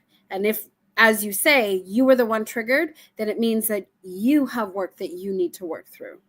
because the trigger, we can be triggered by, like, we all have our triggers, right? Yeah. And so, you know, and a lot of the time, it's, if you're the one who's now, if the situation is unsettling for you, then you are the one that has an issue that needs to be looked at, if that makes sense. And so, but the thing is, we are all mirrors of each other. That's the thing. We are all mirrors of each other. So as we are, and we're reflective, we naturally are going to be triggering to each other in some form, varying degree. And so when that's the thing, and we have our triggers, or something is triggering to us in whatever sort of way, it's pinpointing why that's a trigger, and then going from there. So basically, the me answering this question, whether it's probably both. I don't know the other person, of course, and I respectfully only know you as much as I know from here. So, but it sounds like if you are the one that is being triggered by it, then the issue lies with you. If both are triggered, then the issue lies with both, if that makes sense. That's how I see how, when we play things out, how that is. Because we all have different perspectives, right? Like I said, when I was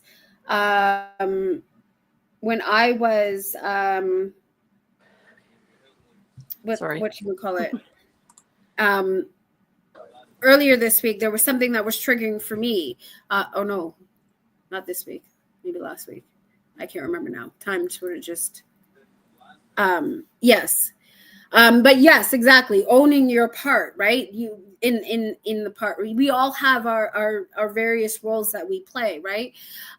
But what it was that was triggering for me, and I realized it was because actually I did talk about it already. It was the idea of I was on an online forum, and someone was had posted something about being OCD. And then it was the floods of, that's not OCD. That's just being particular. I hate it when people, and you're just all, and I'm just like, and I was being triggered because why? Because I am OCD. Yeah, I know, course. right? And so, but I also know I've also being in this field, being a social worker, and also having my own mental health struggles, and someone who is OCD, and knows that I've had the experience of the varying degrees of OCD, to it just being a quirk, to it severely impacting my life and my way of living, and so so it was very triggering for me. But the way that I figured I needed to work out this issue was, how do I try to say hi? Care Bear. I love Care Bear. I know, Karen. Hey. Care Bear. 1, 2, 3, stare. I'm a Care Bear too. Care Bear stare. Yeah. Yeah. Well, I was like, well, I can ignore this. I could be mad about it, or I can try to maybe share a little bit of my experience and knowledge here to help things along. Okay, well, we'll just, right? And so it was like having a meeting with all the piggies, and just like, okay, so yeah, I take your point. I see. Yeah, that would be upsetting because we have experienced this. Sure. Okay, good point. Hang on. Oh, social worker. Yes, social worker me. Yeah, what do you have to say about? Yeah, okay. So I agree. Take that point, and then decide. Okay, well, how am I going to word this out now? and then taking that time and then typing it all out. But of course, you're not sitting there a whole day, because then I'd be in analysis paralysis trying to like negotiate with all of these versions of myself. But this is just what you try to do. And the more you do it, the easier and the faster you can do it. And it all becomes, right? So you're not sitting there in analysis paralysis trying to figure out what the best point of action is, right? You kind of got it down, right? And then and then sort of typing that out. And I basically was saying, okay, well, first off, like I started off by saying I am someone who has diagnosed, right? And actually diagnosed, so I can. And I'm a social worker, so I think I can speak on this topic. And right now I can say that other than myself, I don't know about anybody else, but nobody else, well, even myself included, we're not doctors. Right. So for you to sit there and say, well, that's not OCD, you really don't know, do you? Yeah. Right. Yeah. So you can't pass judgment on your own self and your own stuff. Right.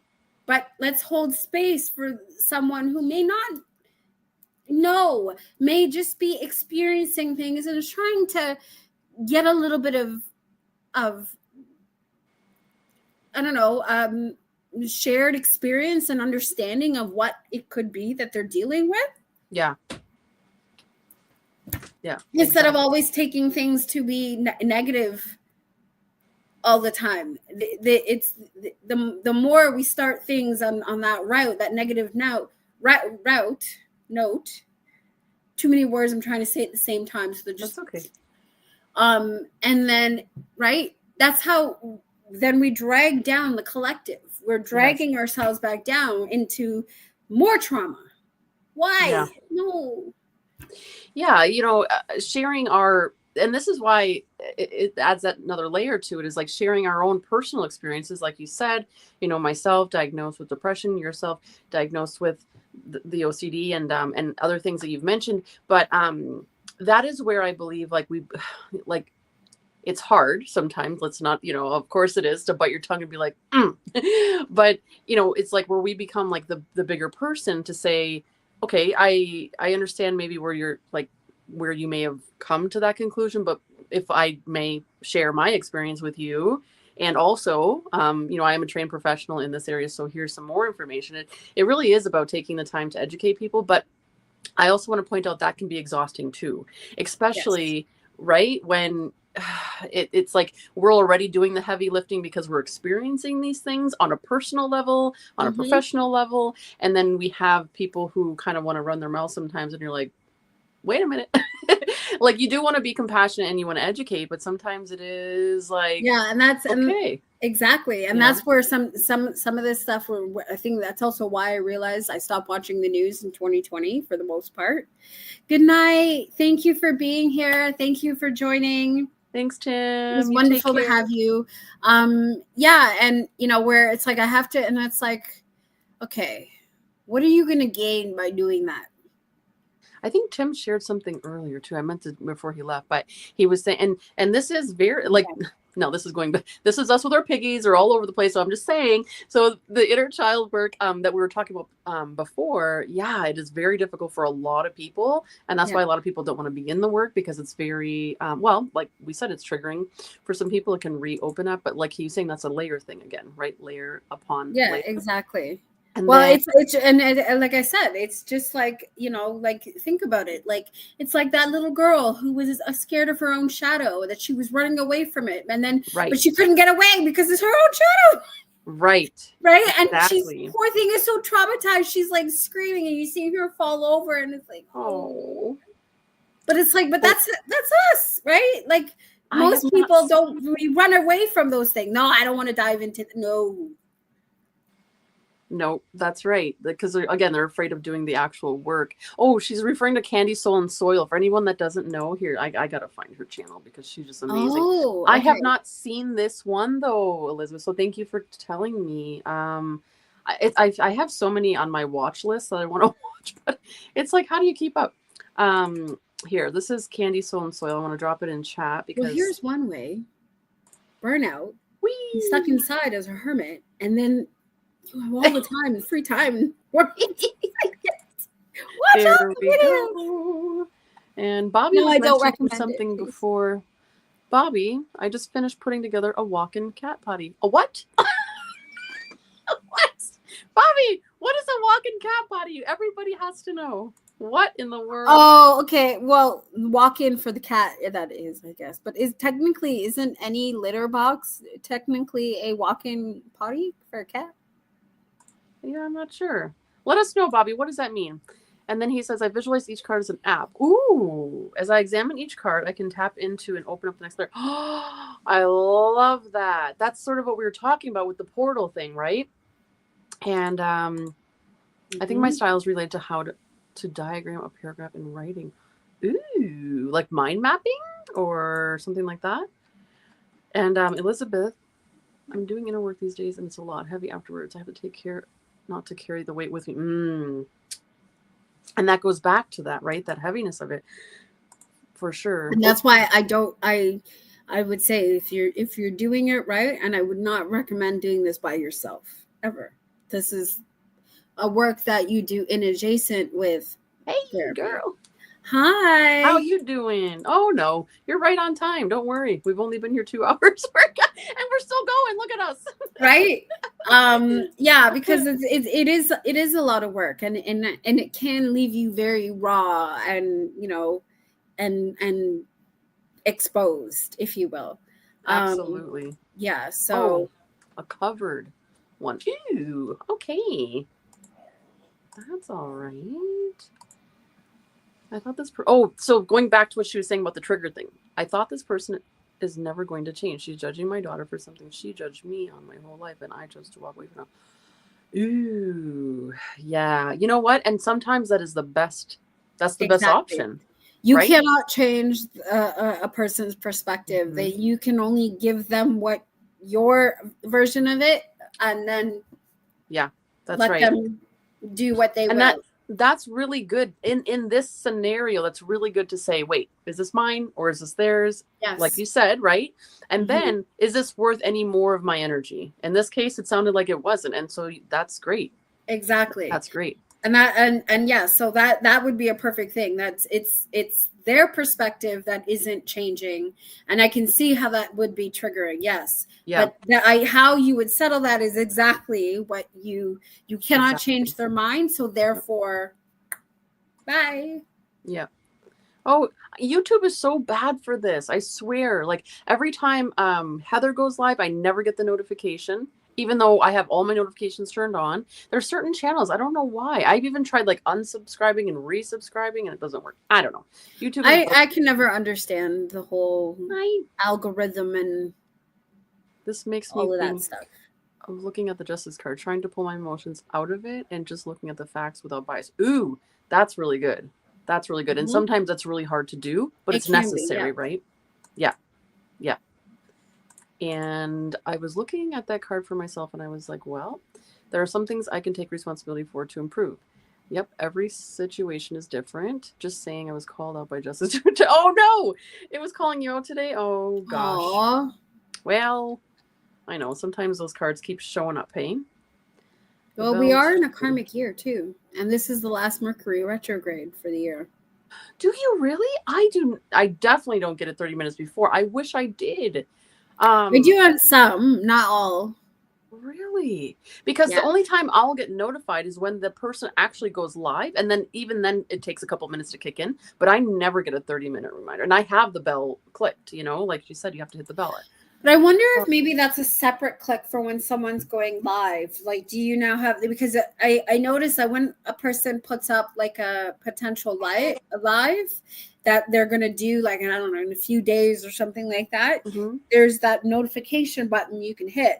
Yeah. But I feel like that's a separate notification outside of the normal subscriber notification. I see. So, and I feel like if you don't hit that, then you won't get alerted that they're going live. And an email? Girl, what are your settings? Let me know. Hook me up. I don't know. So I think that's what, I think that's what it is. Because when I've hit that notification, I always will get that too. But if I don't hit that, then I wouldn't know. Oh wow. Yeah, I definitely want to know. I'm gonna look into these settings because I thought I had it all set up. Yeah, yeah, and I do too for all of yours, Heather, all the time.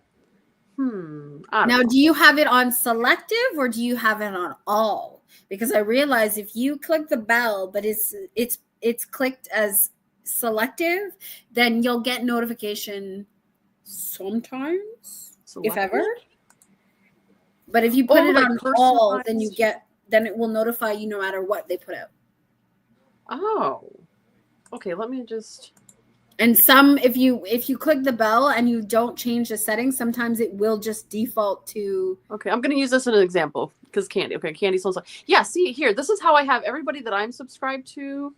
I always have here. Like it says subscribed. So go into all. the drop. Yeah. Okay. So you have it on all. Okay. Yeah. And then there's personalized, and then mute, and then on straight. No. Yeah. So anybody like all my peeps. It's this one. It's always all, not the one below it.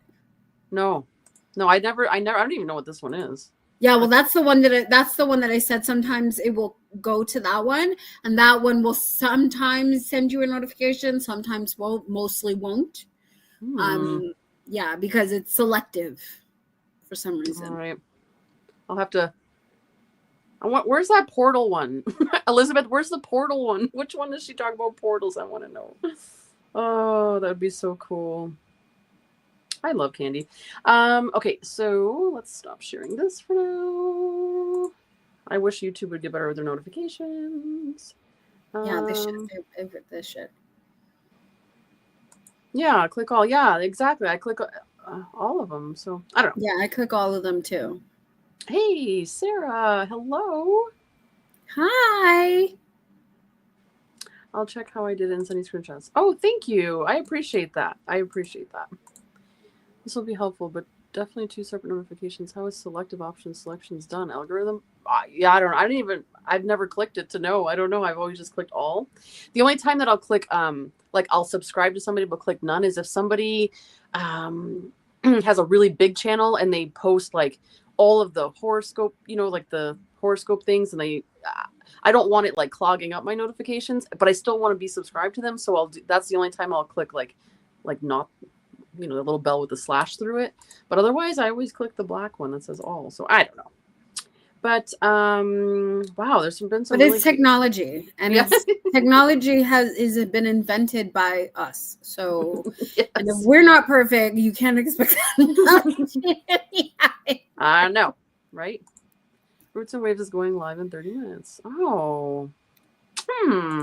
Again, I think that's a notify me, because if we do the like for example, let's see if I can find it.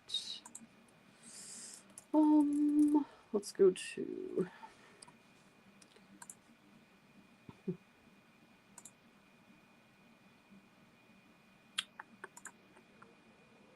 here. Let's go to this one. Share screen to share. So like, for example, like you can see like upcoming live. So for example, I have this upcoming, and this bell is what you're talking about, right, Alana? This notify me. So if you click this that one, if you click that one, that's the one that will send you 30 minutes before. Oh, see, even though I do this on other people's, I never get that darn notification. I wonder why. Interesting. What I noticed though is, okay, so there's two ways, there's 2 ways that I tend to watch videos. Normally on either my phone or on my TV. And so when I click the notification bell on my phone, I get alerted. When I click it on my TV, it does nothing. Yeah. Yeah. So that's what I find. What is this? Grate that, care. Grate that. Bobby, what's happening? Sometimes I find things on YouTube tutorials and can't. Yeah, I know. I find. I know it kind of sucks. Yeah. There was actually there was one thing that came up on YouTube a while back, and I was I showed my mom it. This was kind of back when I love Nancy Drew. Yes. yeah, like it was like during COVID, and it was showing they were showing the pandemic from the Spanish flu way back when. Mm-hmm. And I think this is now where things were starting to come together too, where I was like, we're just repeating ourselves. Like this is right, the life cycles of life, because, and it's not even just to say like, and this is now where I guess I was forming the idea of the micro to the macro idea of shadow work, and why that is something that would be important to do. And it was because of this video. So this person was online was recapturing the events surrounding the Spanish flu, and all that happened, and how the government, how the world sort of responded to to the pandemic and stuff like that. Now, bearing in mind back then, with the flu, they didn't have the vaccine, right? So that was another thing to note. But it looked, the way that they were describing, the way that this is how society responded, it was exactly what we were experiencing right in the heart of COVID. Mm. The thing is it's slightly different because, I mean, varying times, right? Technology and all of those things. Of course, back then they showed pictures where people were wearing these weird looking masks, the same as like what we had to go through. But the difference was back then is that if you were caught without a mask, you were either put in jail or you were shot dead in the street. That was how they decided to deal with that during then. And so I remember thinking to myself, well, if society way back when managed to survive a pandemic, why are we scrambling now and have no idea what we're doing? If we went through this before. Yes, exactly. The Spanish flu did not originate in Spain, but they blamed them. And do you actually know why Spain was, why they blamed it on Spain? This is a question for Bobby.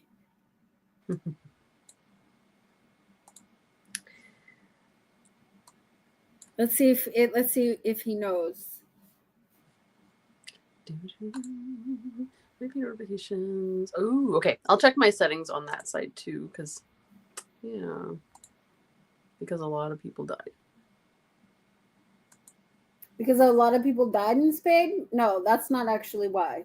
So the reason why Spain actually got blamed for the Spanish flu when the flu actually originated right in American soil. Actually, I think from based on what I recall from the video, it actually originated somewhere in Kansas City. But the reason why Spain got blamed for the flu, and it was called the Spanish flu, was because Spain was the first country, like their government was the first one to break the news to the world on what was going on. Oh. Everybody else was trying to keep it hush hush. I just threw something over, apparently. I don't know what that was. But anyways, yeah. So everybody was trying to keep it hush hush. And Spain was there. The Spanish government was the first one to actually report that something was amiss.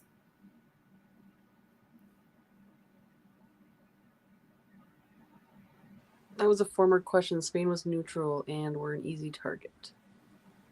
Yeah. Yeah. Well, I mean, yeah. But exactly. But they were really the first ones to report it. And that's how they ended up pretty much getting blamed. But it was right in the heart of America. So yeah, and it was everybody who were coming back from the war. The reason why it became the pandemic was because it was all of these soldiers, and they're coming back, and because they were a part of the war, their immune system was already tanked. So with that, and recovering from injuries, right? The flu was able to skyrocket because everybody's immune system was compromised. So, and right. And then as you know, the fall of society and all of that, it's very similar to what we've experienced recently. So it was like, to me, it's like, how did they go through that then? And what, nobody kept track of what transpired to know what to do in the future if anything like that should come about. Exactly. Right? Yeah. I have a lot of a lot of thoughts on this topic, but I don't want to go into it because it's, you know, some people would call it conspiracy, some people would call it, you know, right. It's whatever. There's so But much it's to just unpack. it's a lot to unpack. There's a lot to it. There's a lot of evil and corruption involved in this, with multiple streams of government and yeah. But yeah, I know in general though what you guys were speaking of, and that's yeah. So that's, you know, so that's where that, you know, where, yeah. And that's where I was like, no, we're just repeating things in life. And that, and that's, I think that's how I came to even to the idea of what I would call, like, in this karmic year, from what I like when I view things that are going on in the media and all of that stuff. And I'm like, yeah, we're experiencing the fall of Pharaoh. That's what's going on right now. The P. Diddy's and the of the world. It's the fall of Pharaoh. And how I came about that, besides the fact that I read my Bible and you know, certain whatever, but inside of that, it's more so the fact that you learn a lot of things from Disney, and you learn a lot of things from just movies in general, right? Like, yeah. And so I watched the documentary, The Testament, on Netflix, which is the reenactment docu-series of the story of Moses, and the things that they experienced, and you have different religious leaders that all are coming together, and they're inputting their perspectives on the story of Moses, and how all of the various, like, from Christians to the Jewish community to, and I forget what other else was in there. And they, even though they're coming together and talking about it, they're not necessarily coming and saying that they agree, like, cohesively, but they're all putting in their perspective of the same story as it's been reiterated to them through, right, in their religious groupings and stuff like that.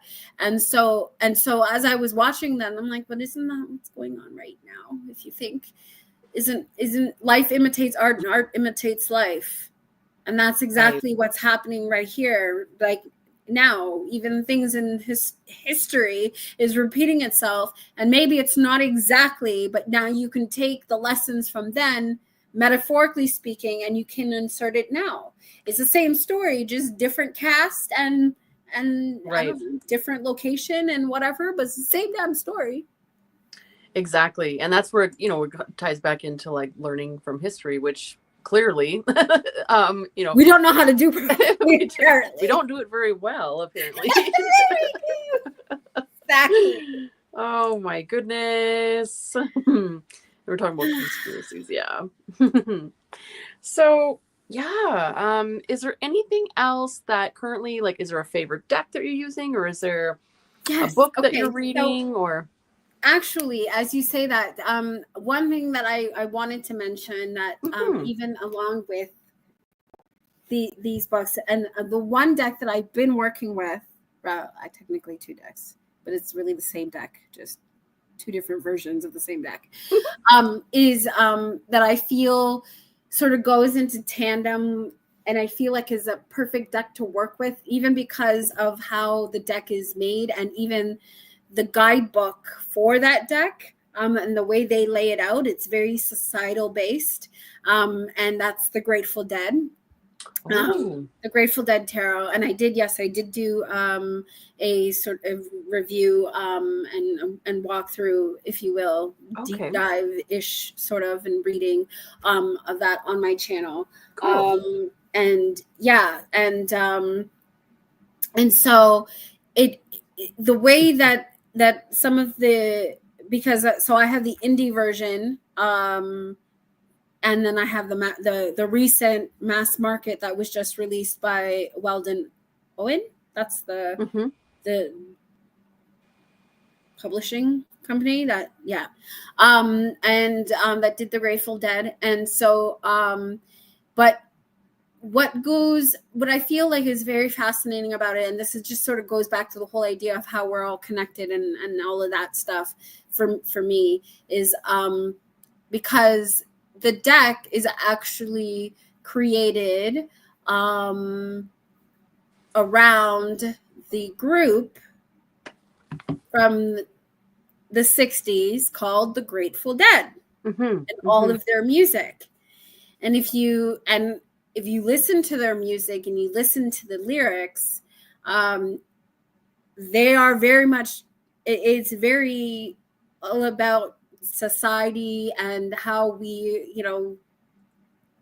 formulate ourselves into it, and our right. And so so there's the music, and that's from the 60s, right? And so and there was something else, I think, and I mentioned this to my mom one day, where I was like, Pluto just entered the age of Aquarius, or not, no, Pluto entered into Aquarius, and society is moving into the age of Aquarius, right? And what that means, on a global scale, if you will, for all of us. And the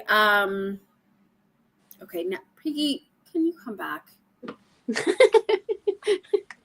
now the Piggy just took off with the point, and now I don't remember where I was going with this. That's okay, girl. Yeah, you're talking about the Grateful Dead. Yeah, but the Grateful Dead, anyways, is like that's this one perfect deck, I feel, for like this work, right? And just even now they've renamed the suits. So oops, sorry. But they've renamed the suits, right, to skulls, bears, bolts, and roses. And roses is the equivalent for the cups. Bolts is the equivalent for the wands. Bears is the equivalent for the pentacles, and skulls is the equivalent for the swords. And it's perfect because, as we know, swords represents the mental, right? So the idea of the representation of the head, the skull, for that is just perfect, right? Bye. Good night. Thank you. Yeah. So and so it the way that it outlines it, it gives you that let's, especially in a big guidebook for with the indie version of the deck, there's like a further in-depth sort of summary that really gives you like food for thought, right? And very much like how the Tarot Activity book here by Drea really does that. So I feel like like you're going to be diving really deep if you were to pair this with the Grateful Dead tarot, and you were to work with it. Go into that work. Cool. Proceed with caution, as I would say. But it's very, amazing. And so I like working with the Grateful Dead for that reason. I would say if there was a deck to work with dealing with societal issues, that would be the first deck I would probably choose, is the Grateful Dead. That's really interesting, because I know that I would never have chosen that for myself, but knowing, like you said, the depth through it, that's really interesting. And I noticed on the video that you had mentioned, the rainbow brain skull. Yeah, so I did a follow-up video actually, and I was using the brain skull one with the follow-up with, yeah, that's Oh, the that one was that the you were follow-up. playing with the fidget spinner, where I was playing with the fidget spinner in it. That's the one with the skull. That's it. Yes, this here, I don't know if those watching knows. Let me see if I can show you some cards here. This Rainbow Brain Skull, it's by Andrews McMeel Publishing. And this is really good. I can see actually how that could pair well with the, like you were saying, the Grateful Dead. But this is such a good oracle. And look at how thick it is for an oracle. That is like the first thing I noticed. I was like, okay, this is an oracle, but it's thick. It's got like 72 cards. 72 cards for an oracle. Like, Yeah. you know, and it's just so cool because it has like these funky designs. Like it says relax. It's still just the loading screen, you know, like relax, like don't try to rush into things. And there's all kinds of every timeline exists, choose one to move toward. And it's create right now, not just during the soft good times. This is such a unique deck. I've never seen anything like it. Never. So I really enjoyed pairing that with the Grateful Dead. And of course I love playing cards, and I've always been a collector of playing cards. So yes, I do have Grateful Dead playing cards to match. I love it. Yeah. So and I've been doing that a lot lately, where I'm pairing some of my decks to with cards. I've done that with friends, with the Friends Oracle, and the next one I have, well, I do have the Nightmare Before Christmas. The edition of that deck I have is the one that comes, the special edition that comes in the coffin shaped box with a bag and a cloth, and I forget what else is in there, and of course, well, the deck and the book. Oh, and I think it even had a small little journal thing that you can write into as well, for your cards. That's the one that comes in with the coffin shaped box of that deck. There's like 3 different versions. There's the altar one with the large cards, and then there's the standard one. But yeah, and then I came across recently, because it was on Amazon, and they had Tim Burton's the Nightmare Before Christmas bicycle playing cards. So of course Piggy was like, yes, please. And I was like, okay, fine. Yeah, twist my rubber arm. Yeah, right. Please. Right. And so there's that. And then I have Alice in Wonderland tarot deck, and yes, I do have Alice in Wonderland playing cards to match, because I'm a nerd. Alice in Wonderland's amazing. You can go down rabbit holes literally with that. Right? Yep, I love that. So talking about what were we talking about earlier? Inner child work. We're saying, you're saying in this book about the inner child process. And I don't know if you've seen this, but Hay House came out with one called The Inner Child Oracle. Yes, I saw that. I've yet to grab that one. I've seen it on walkthroughs, and it is one that is sitting there on a wish list. It's got these backs, and it's got so I think there's 44, so typical like Hay House Oracle size. But the imagery in here, I know it's like digital, but I like it. I really do. And I think, again, it's one of those things that you can sort of like focus on and go into the card, especially for this type of work. So for example, flow with the rhythm, get lost in the rhythm of movement today. So it really does give you these sort of invitations to work through sometimes physically work through your stuff. Get lost, fall deep into the realm of imagination. So it's, as we're talking about things like these books and things like that, it's really cool when we can find decks to pair them with. Like you're saying, the Grateful Dead, I would have never thought, right, to pair it with this.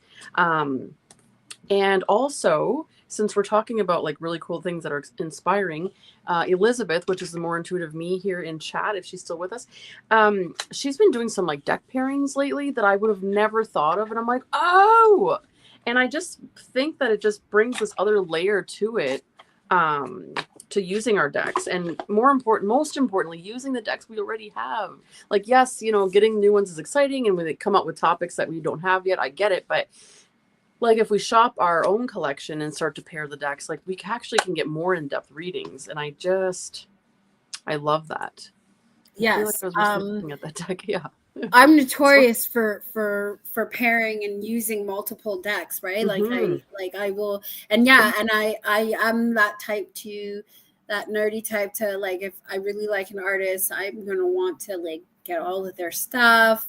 Like James R. Eads. Yes. Like, just because of the R and then Eads, I'm like, it just spells Reeds, so I'm just gonna call him Reeds. James Reads.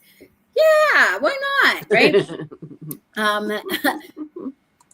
Hopefully he's okay with that. But anyway, but yeah, like he's brilliant mind, right? And everything that like yes, he does, just all the piggies want it. Yeah, but I love that. Exactly. Shopping our own collections. And as you said that, the piggies are like, yeah, we should. I think we should all be doing more of that. We can do that. We have enough. I mean, like most of us, I don't know. I shouldn't say most. I mean, I don't know what everybody's collections look like, but it can get out of hand real quick. But I mean, when we shop our own collections, there's a new channel that I found. Speaking of shopping our own collections, I gotta show you.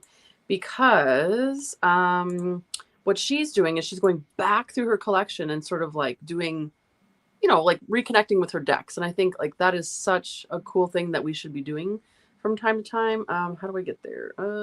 Community tab. I just shared her on my community tab. So let me just see if I can pull her up. Here she is.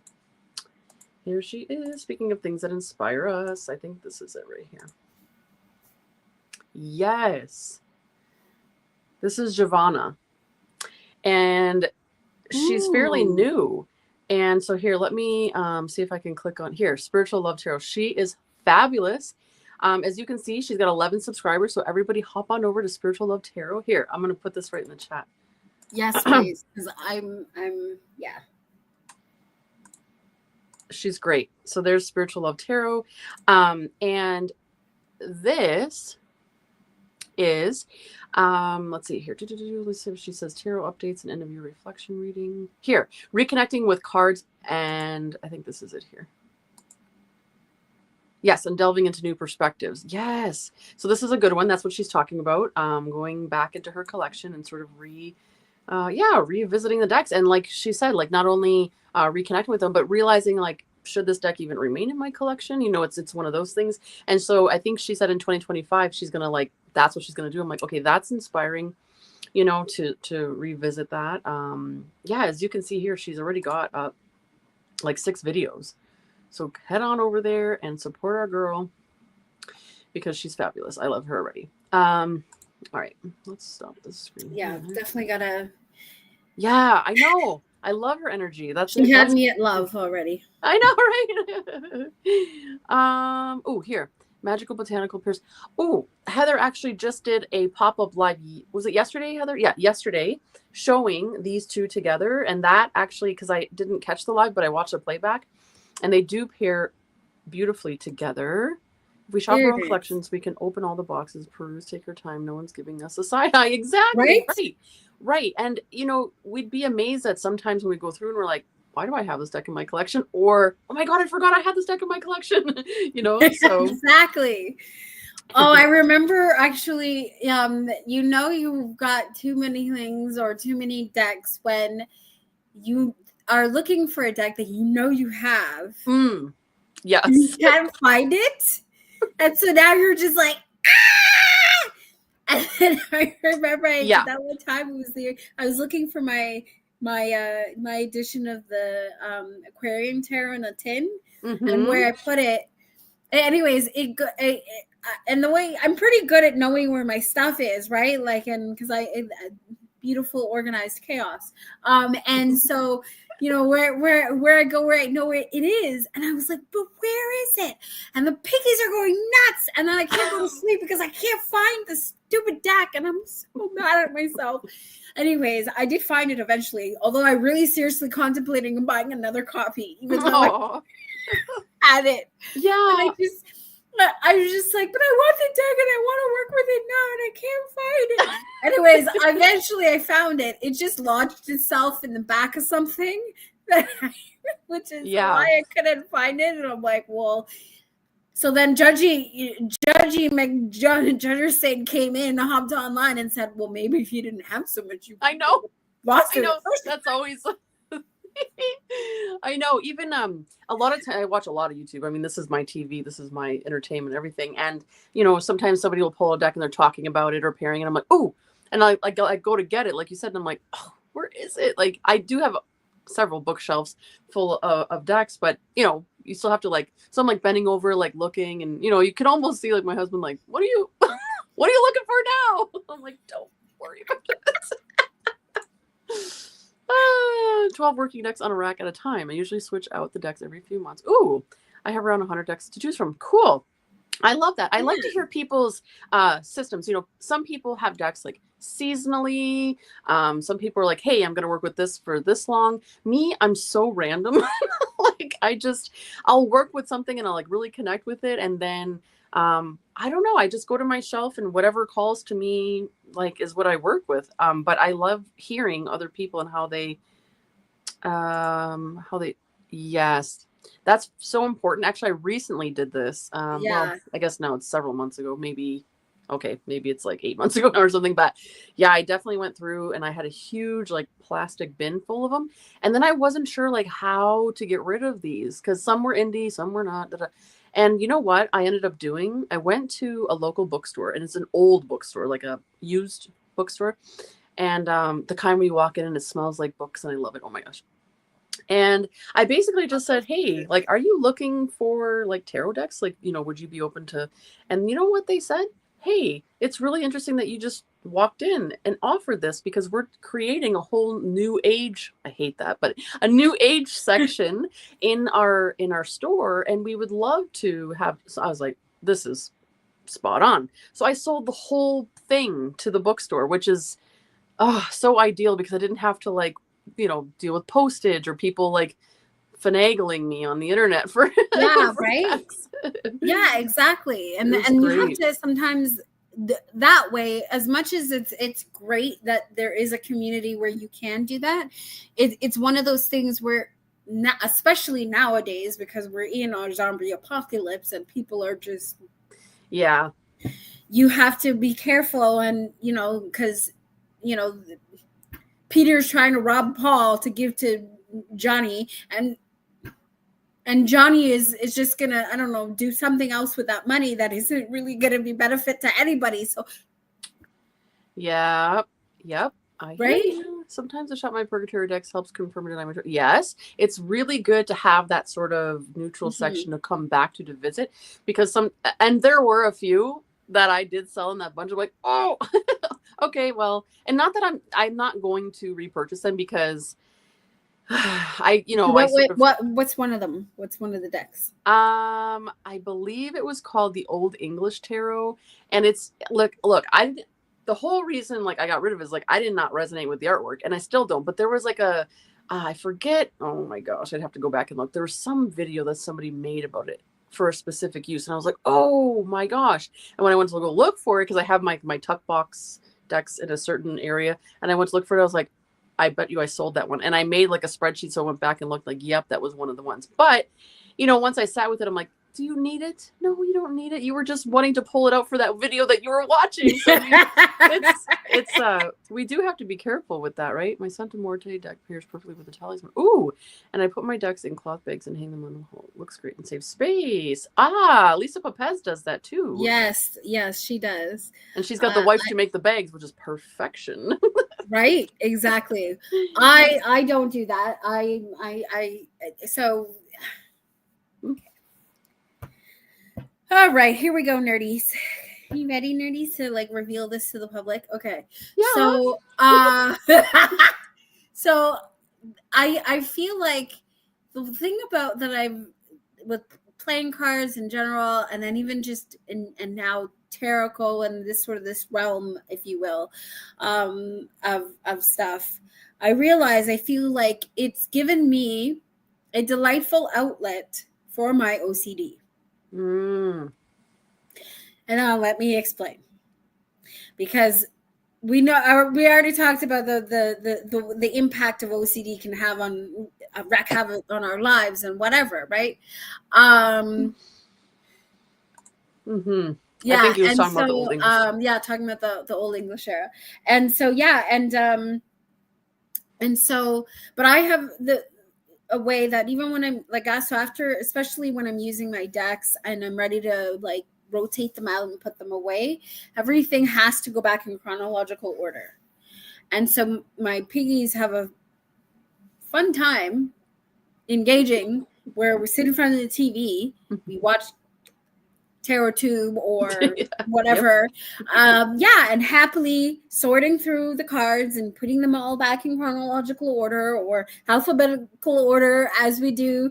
And that's how I bond with my decks, I guess, if you will. That's kind of the way. And then once everything has finally been put away and I put it back into its clothes, as I like to call it, which is the tarot bags and all that other fun stuff that, I put with my decks. For example, here's one. Like this. Like this is how I right? And this is a fabulous creator on Etsy who makes these bags. What is her name again? Victoria. Victoria Morning on Etsy. And I've been a fan collecting her bags and the way she makes them ever since. And so this is like, it's what I would consider it's clothing. So, just to protect the deck and, and yes, I do baby them. No, they don't go on walls. They go in baskets and the baskets go around my place. And I have these big ottomans. I have two big frozen ones because yes, I'm a Disney child, a Disney adult child, if you will. And so yes, I have them, and then they hold my decks. And yes, the Aquarian Tarot got lost behind in one of them bins where I keep it. Yeah. See, I have bookshelves. So I love how we all have our thing, and how, like you said, we bond with our decks, but how we store our decks. Like, it's all a thing, right? It's personal. It is a thing. And I love bookshelves. I don't know, it's like the dork, the geek, the Virgo in me. I love books. I love bookshelves. And I've got a bookshelf for books, and then I have bookshelves for decks. And no, you cannot combine the two. Right? No, you do not do. Well, it depends. It depends now, because actually I do some of them I will store together, right? Like the deck with like a book if it doesn't fit in the box, you mean? Yes and no. So like, for example, okay, well, right now it's not with its owners because I got this fantastic case on Amazon. That is so. Wait, can we see that? Here, hang on. I want to. And it says here, we are the masters of our own fates. We decide how we go forward. Okay. Wow, that's a really big, nice zippered case. Yes, and it's zippered. And the book that is in here. Oh, yes. Yeah. Actually, I have that right next to me somewhere. So I was like, I saw this and I'm like, it needs a protector. It needs a protector because it's a book that goes with a deck and it has to be stored with the deck. This is my rationale. This is when I say I have the piggy meetings, okay, when I'm talking about me having the meetings with myself, right? This is what's going on mentally speaking, right? We're all like, yeah, don't forget. Yeah, and it looks good, doesn't it? Okay, do you like this one? All the things. Right? Okay. Plus, I live alone. Okay. So listen, if I don't. Right? This is how I'm saving myself from going mad. Okay. Yes. Oh. By acting like I may be mad, but I'm not.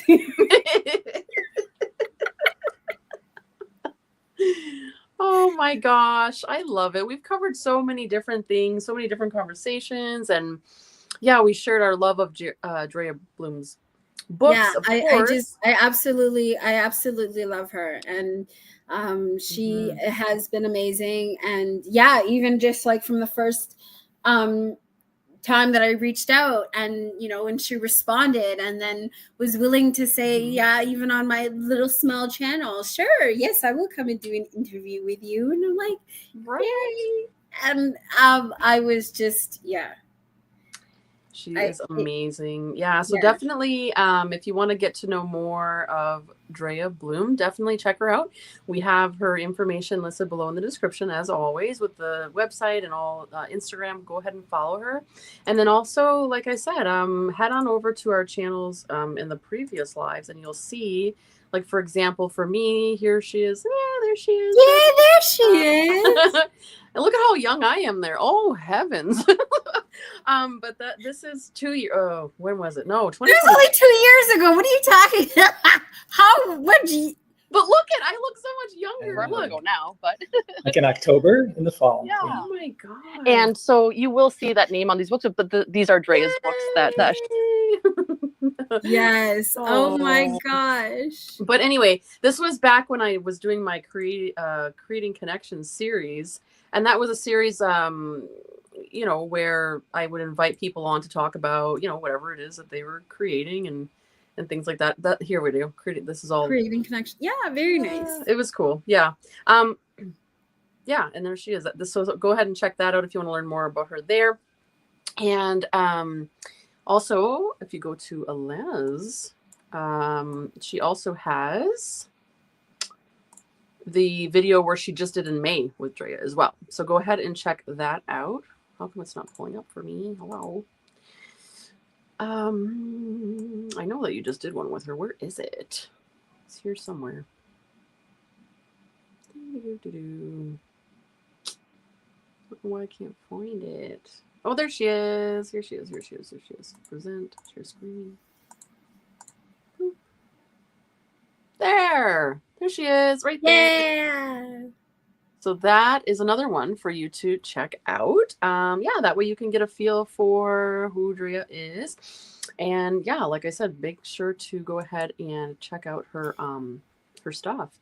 Just as you mentioned, I want to bring highlight to a tarot deck that is actually Rebecca Bloom did it. But it's also authored by Drea Bloom. Oh, really? Yes, I actually showed it in my thumbnail there but I don't have the deck. I do want it. It's I forget what the deck is called, but basically it's exactly that. Right, exactly. I don't know. 2 years. 2 years.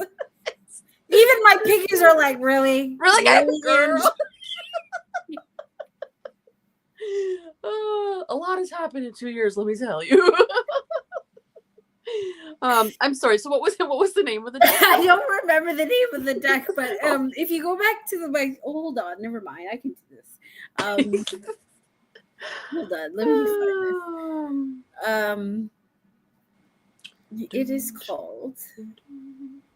Oh, and Drea Bloom also has a YouTube channel. I don't think she posts really on there though, does she? Yeah, she doesn't do much of anything there though, as far as I know. So, where is it? But she has a counseling page too, and a tarot page because she's a psychotherapist too. So, yeah. It is called. I can't see it. Let me see if I can find her thing here. Here she is. Oh, There she Therapist who tarot deck. That's what it's called. Therapist who? Therapist who tarot deck. Yes. Oh, okay. Let me check it out. Let's check it out. And it's available on Etsy. And so what I think it is, it's a full tarot deck, but the descriptions, there's descriptions on the back of the cards that are done by Drea. Ooh. I did not know this existed.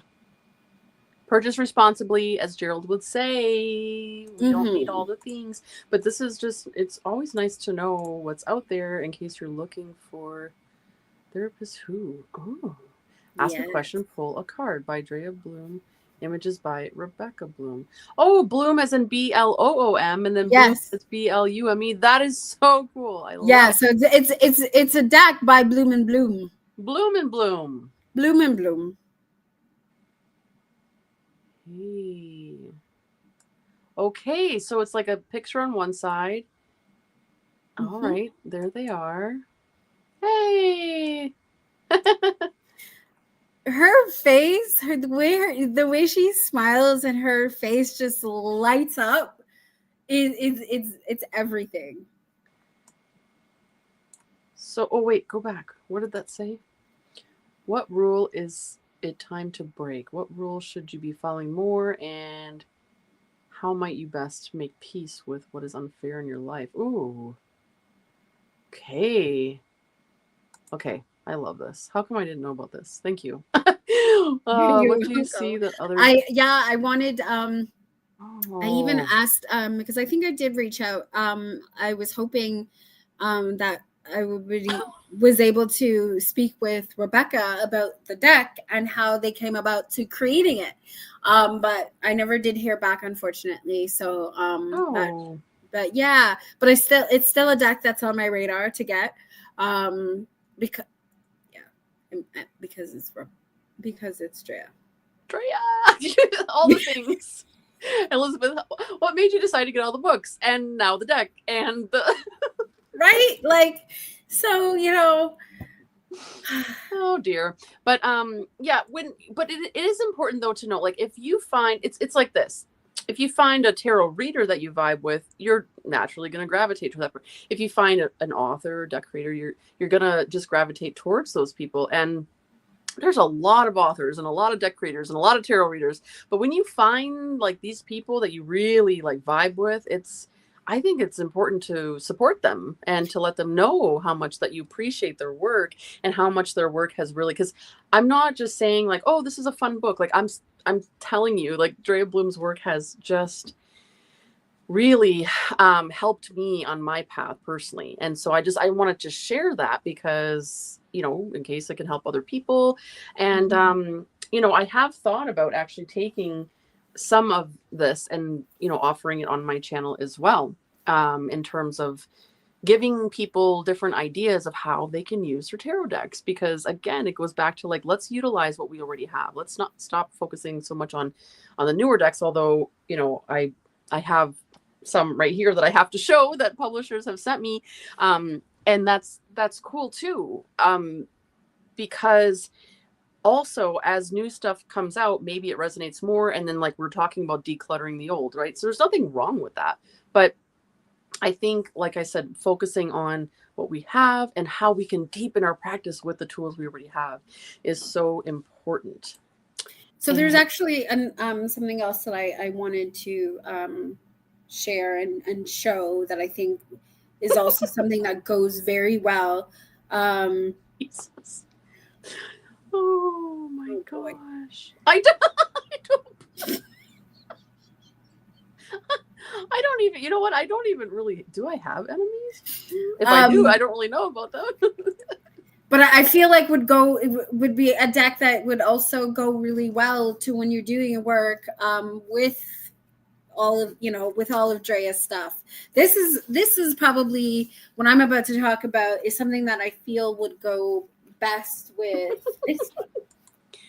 Oh, okay. Yeah, the shadow one, of course. Yeah. I know, I tried showing that one earlier. It's so shiny that it was just glaring off everything. But that is so yeah, and that's another one of like my Amazon finds. Oh. And this houses very perfectly in here.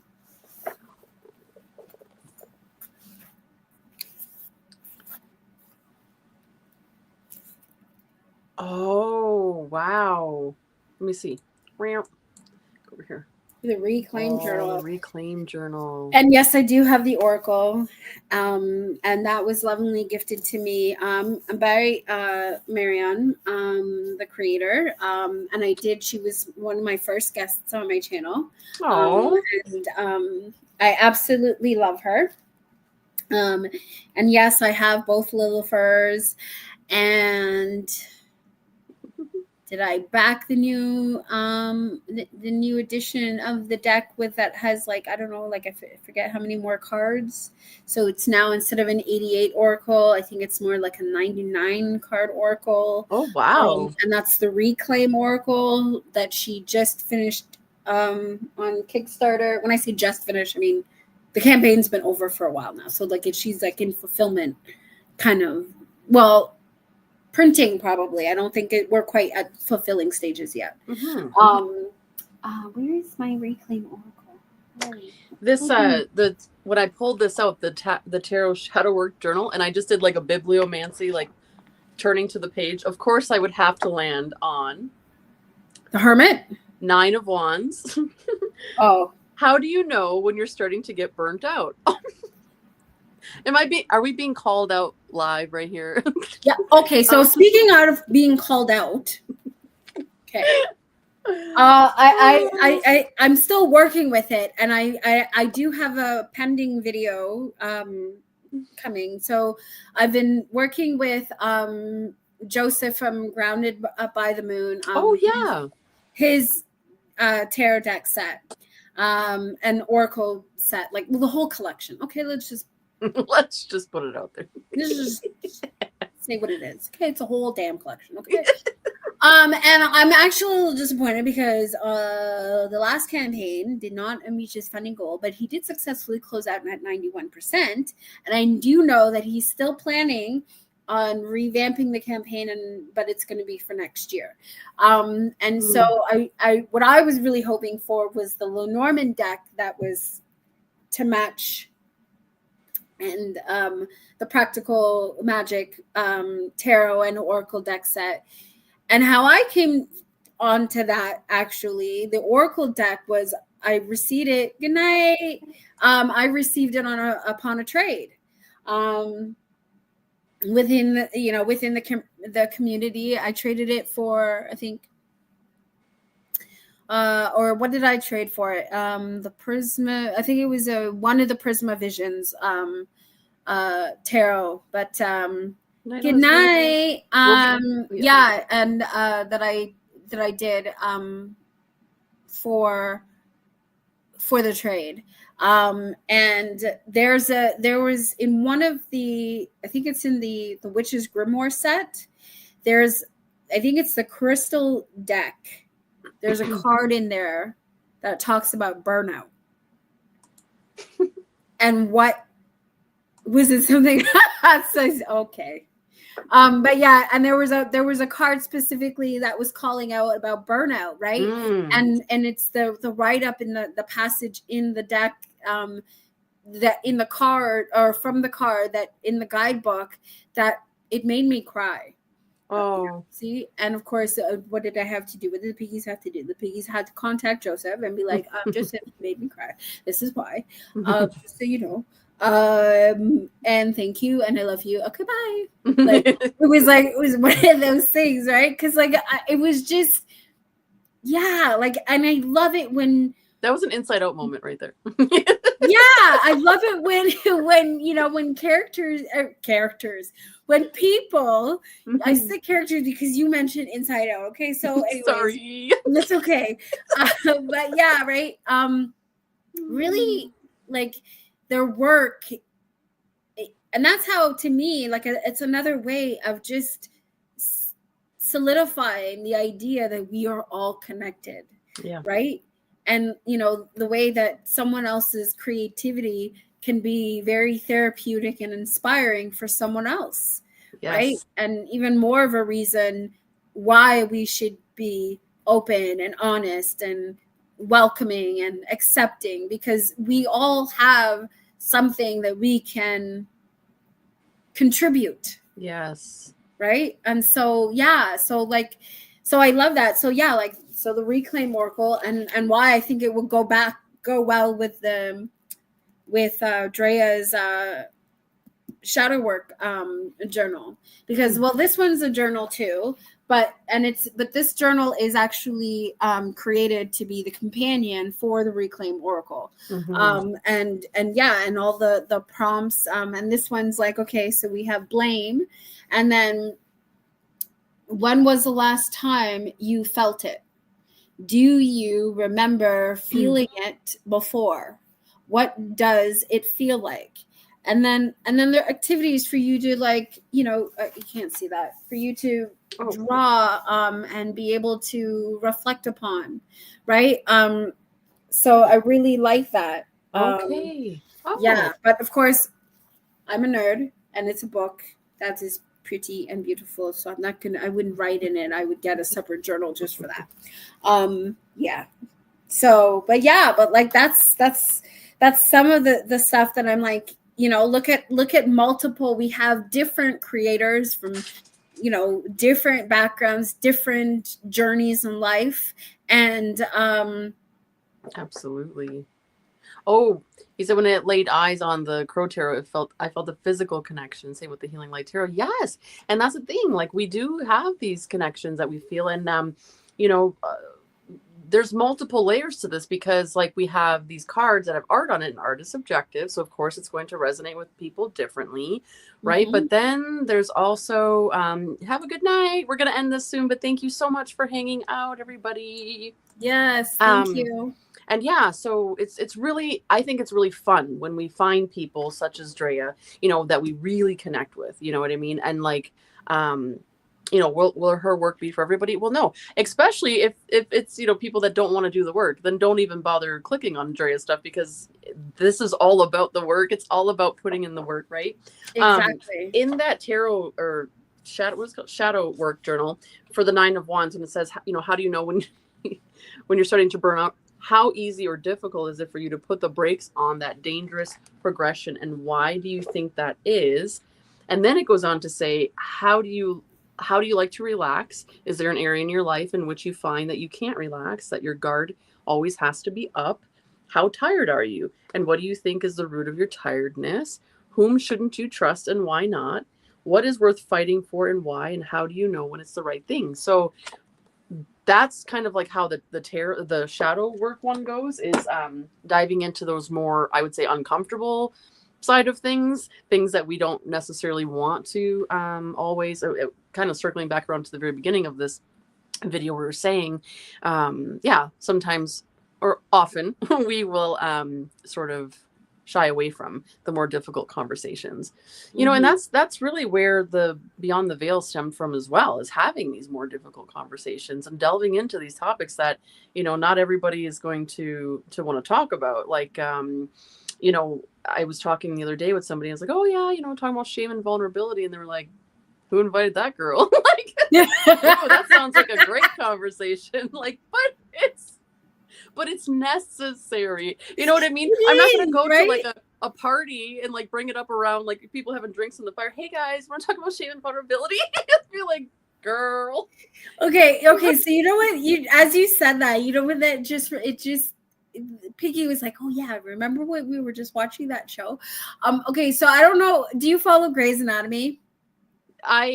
Not the new crap, but the old stuff, yes. Yeah, the old Grey's Anatomy. Okay, well, do you remember when they did a spinoff and it was called Private Practice? Yep. Okay, so I rewatched Private Practice. I hadn't I'd seen it when it was on air, but then I hadn't seen it since, right? And then just one day it happened to be on the Disney Channel, and I was like, okay, yeah, let's I'm down for Private Practice. Sure. Okay, piggies, let's go.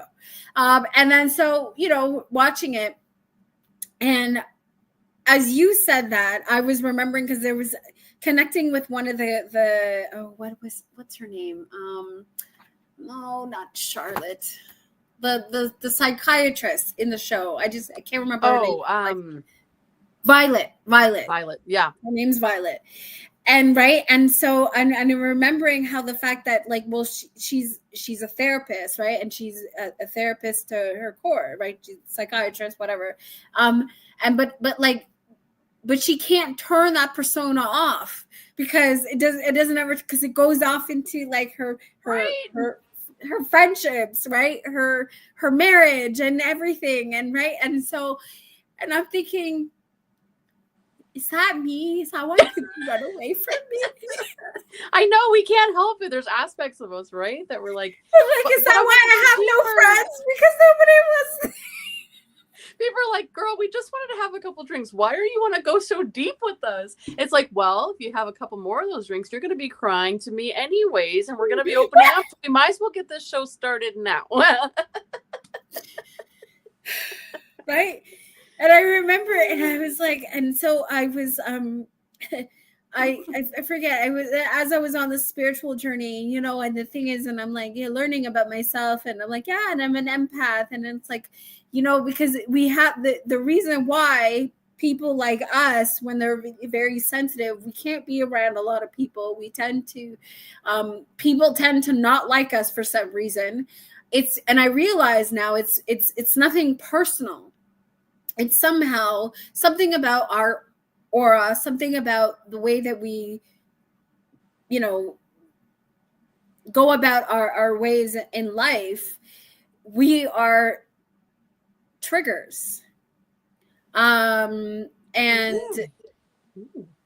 yeah, we tend to trigger people. I don't know what it is or why, but it's like the mirrors of society or whatever. It's like there's something about it that, and I realized that, yeah, I've naturally been somebody who just, and out of nowhere, somebody would just like be upset with something I did, and I didn't really do anything. And then, you know, later on, it's as I was reflecting, it's because they have an unhealed part of themselves that is somehow triggered by something that I did, whether it was conscious or unconsciously speaking. And most of the time it's usually unconscious.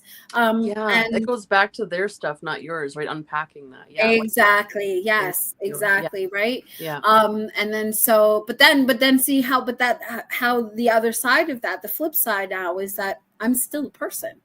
Right. And so the rejection now, I still have to deal. Pimple videos. I'm laughing because I'm internally laughing because I'm also one of those people that will sit and watch Dr. Pimple Popper. Yes. I think we all have. It is fascinating. I will sit and watch Dr. I don't know why. I'm grossed out by it. It is a lot of the time, but I still must watch it because I have to see it to know it, to be satisfied that it's out. And well, for me, it's like, how does all of that fit in there? Like, you're still going. It's still going. Where's it coming from? But the sebaceous glands okay, but it's not even that, because if you watch Dr. Pimple Popper, okay, and the thing is, she'll talk about like the people who come to her to do this. I've had this for years. How the hell do you let something like that grow on your body for years? And you're to detract. Yeah, sometimes we do, right? Yeah, that and those there's one girl and she always comes up. I don't even know her name, Honey something or other. And she's like this ASMR girl and she like eats all this like candy stuff. And I don't even like all that ASMR stuff. But I'm telling you, she pops up sometimes and I'll find myself just watching it. And I'm like, what am I watching this for? But like you said, sometimes it just it takes your mind away and I don't know, distracts you for a minute. TikTok is crack. Yeah. Well, and there's TikTok a reason why it's called TikTok, because it steals your time away from you. TikTok, right? You're TikToking your life away, you know? Like, yeah, I'm really actually mindful of that. I don't really go on TikTok that often. I do more go on like Instagram, which can be just as bad. Yeah, it can be. But it's not the same. And but YouTube is my jam. I like it. I think I have more control over what I consume and how long. And I like to know, okay, this is this long of a video. And yes. I was thinking of whispering. ASMR unboxings. I don't know. I'm to each its own, right? But it's like those ASMR videos. I don't get but then again, I guess it's the same thing. People can't get why people like to watch Dr. Pimple Popper, right? Like, I mean, it's like the grossest thing. Why do you want to watch that? I don't know. Yeah, exactly. Yeah. I just don't know. I don't have Oh my gosh. Well, thank you so much for joining me, Alana. This was so much fun. It was. Alana, Thank banana. you so much for inviting me and having me and just being part of this discussion. And I absolutely loved it. The time spending with you, the jokes, like, I mean, right. And I feel like like my piggies feel at home because they have a platform and Yep. you know, and you get it, right. Embrace it. And it's funny because since sort of coming to that realization about things, good night. I realized that, piggies have been with me my entire life because I have Miss Piggy. I always had Miss Piggy. I had Babe, Pig, like my stuffed animal. And I was like, they've been with me since childhood. Charlotte's Web. Wilbur. Right? Exactly. So, you know, and then ever since, your phone does listen to you, by the way. And I know this because ever since I started calling them piggies, I've been flooded on Instagram by the endless piggy videos.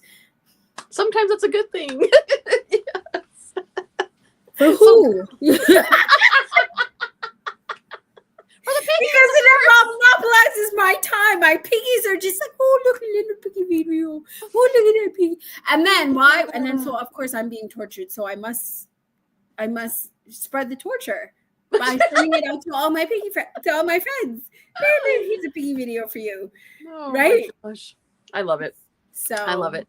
Yes. So thank you so much. You are a very important voice in this community, and I love everything that you share around, you know, being a mental health advocate and a social worker, and just caring about that type of thing. And and thanks for, you know, being part of the conversation, and thanks for joining me today to just have more of a lighthearted. Well, I mean, we got into some heavier topics, but you know, that's the nature of how these things go in terms of tarot. I mean, you know, it can be as surface level or as deep as you want it to go.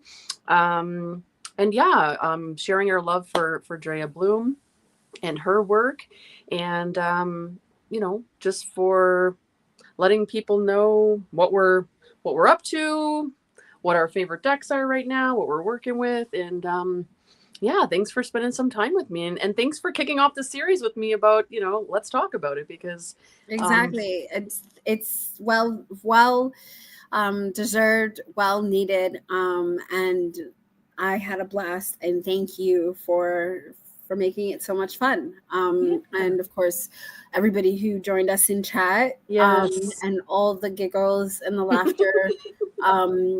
Yes, definitely needed and welcomed, and I can't wait for the opportunity to do it again. Yes, of course. So because and even you coming over and joining me on my channel, and now that I have a new computer. Yes, that's very exciting. Very exciting. Yay. And even setting up to do this live, that was another thing. But thank you for helping me. You did it. Yeah. Thank you so much for helping me, because I don't know what it would have done without you. And yes, so thank you. And I do look forward to being able to do more lives, and hopefully lives soon on my own channel. But even until then, being a part of other people's lives is amazing. In general, literally, figuratively, and all around. Absolutely. Because not just live here, but life as in life. Yep. That's right. So yes, exactly. And so thank you very, very much. You're welcome, and thank you so much for joining me. And thanks again to everybody in chat.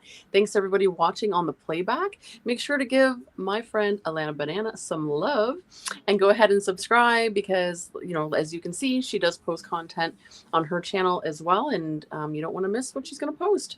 For myself, I have my next tarot ethics panel coming up on Wednesday, another panel of 9 new people joining me to talk about tarot ethics. I believe it's a very important conversation to have out here. So that's 8 p.m. Wednesday of this week. And then I have part 2 of my conversation with vulnerability and shame coming up, Beyond the Veil, on Thursday, and that's at 1 p.m. Eastern Time. And then what else is coming up? On Saturday, December 14th, I will be with Rain on Spiritual Rain's channel for Saturday Night Love. We're going to do some love readings. She's been doing that series on her channel, which is kind of fun. And she hasn't had a guest on, and she wanted to invite me. So I thought, yeah, let's do it. So that's where we just sip some wine and pull some cards for some love readings and whatever other readings too. The other readings have come up on that live. So is there anything coming up on your channel specifically that you have planned, or do you just post when you're inspired to? Well, pretty much, yes. It's more so posting when I'm inspired to, but I do have 2 videos that are pending. One which I'm almost done editing, and that's the start of my 2-part shout about Joseph from Grounded by the Moon and all of his work, and how that is combined and in alignment with what I'm doing in my practice, and how I've worked with it, and it's been beneficial for me. So I have that, and because he has 5 decks, I had to split it into 2. So the first one that you'll see soon in the next few days will be about the Practical Magic Oracle and Tarot, and then afterwards we'll take a look at the Grimoire. So, yeah, that's so cool. Good. I'm looking. And then I think I'm trying to remember the date. Don't quote me on it because I have to go back and double check. But I do have a live VR that I will be doing. I want to say it's on the 19th. And it's the end of year sort of wrap up, and I'm doing that with Priscilla of Priscilla's Tarot Corner and Brittany from Cosmic Lunar Soul. So we'll be getting together to do 3-part live there, and 3 people live, I should say, and to do that tarot check tag. So yay. Yes. That sounds fantastic. All right. Okay, everybody. Well, everyone have a good night, and thanks again, Alana, for joining me, and we'll see you all on the next one. Having me. Take care, everybody. Bye.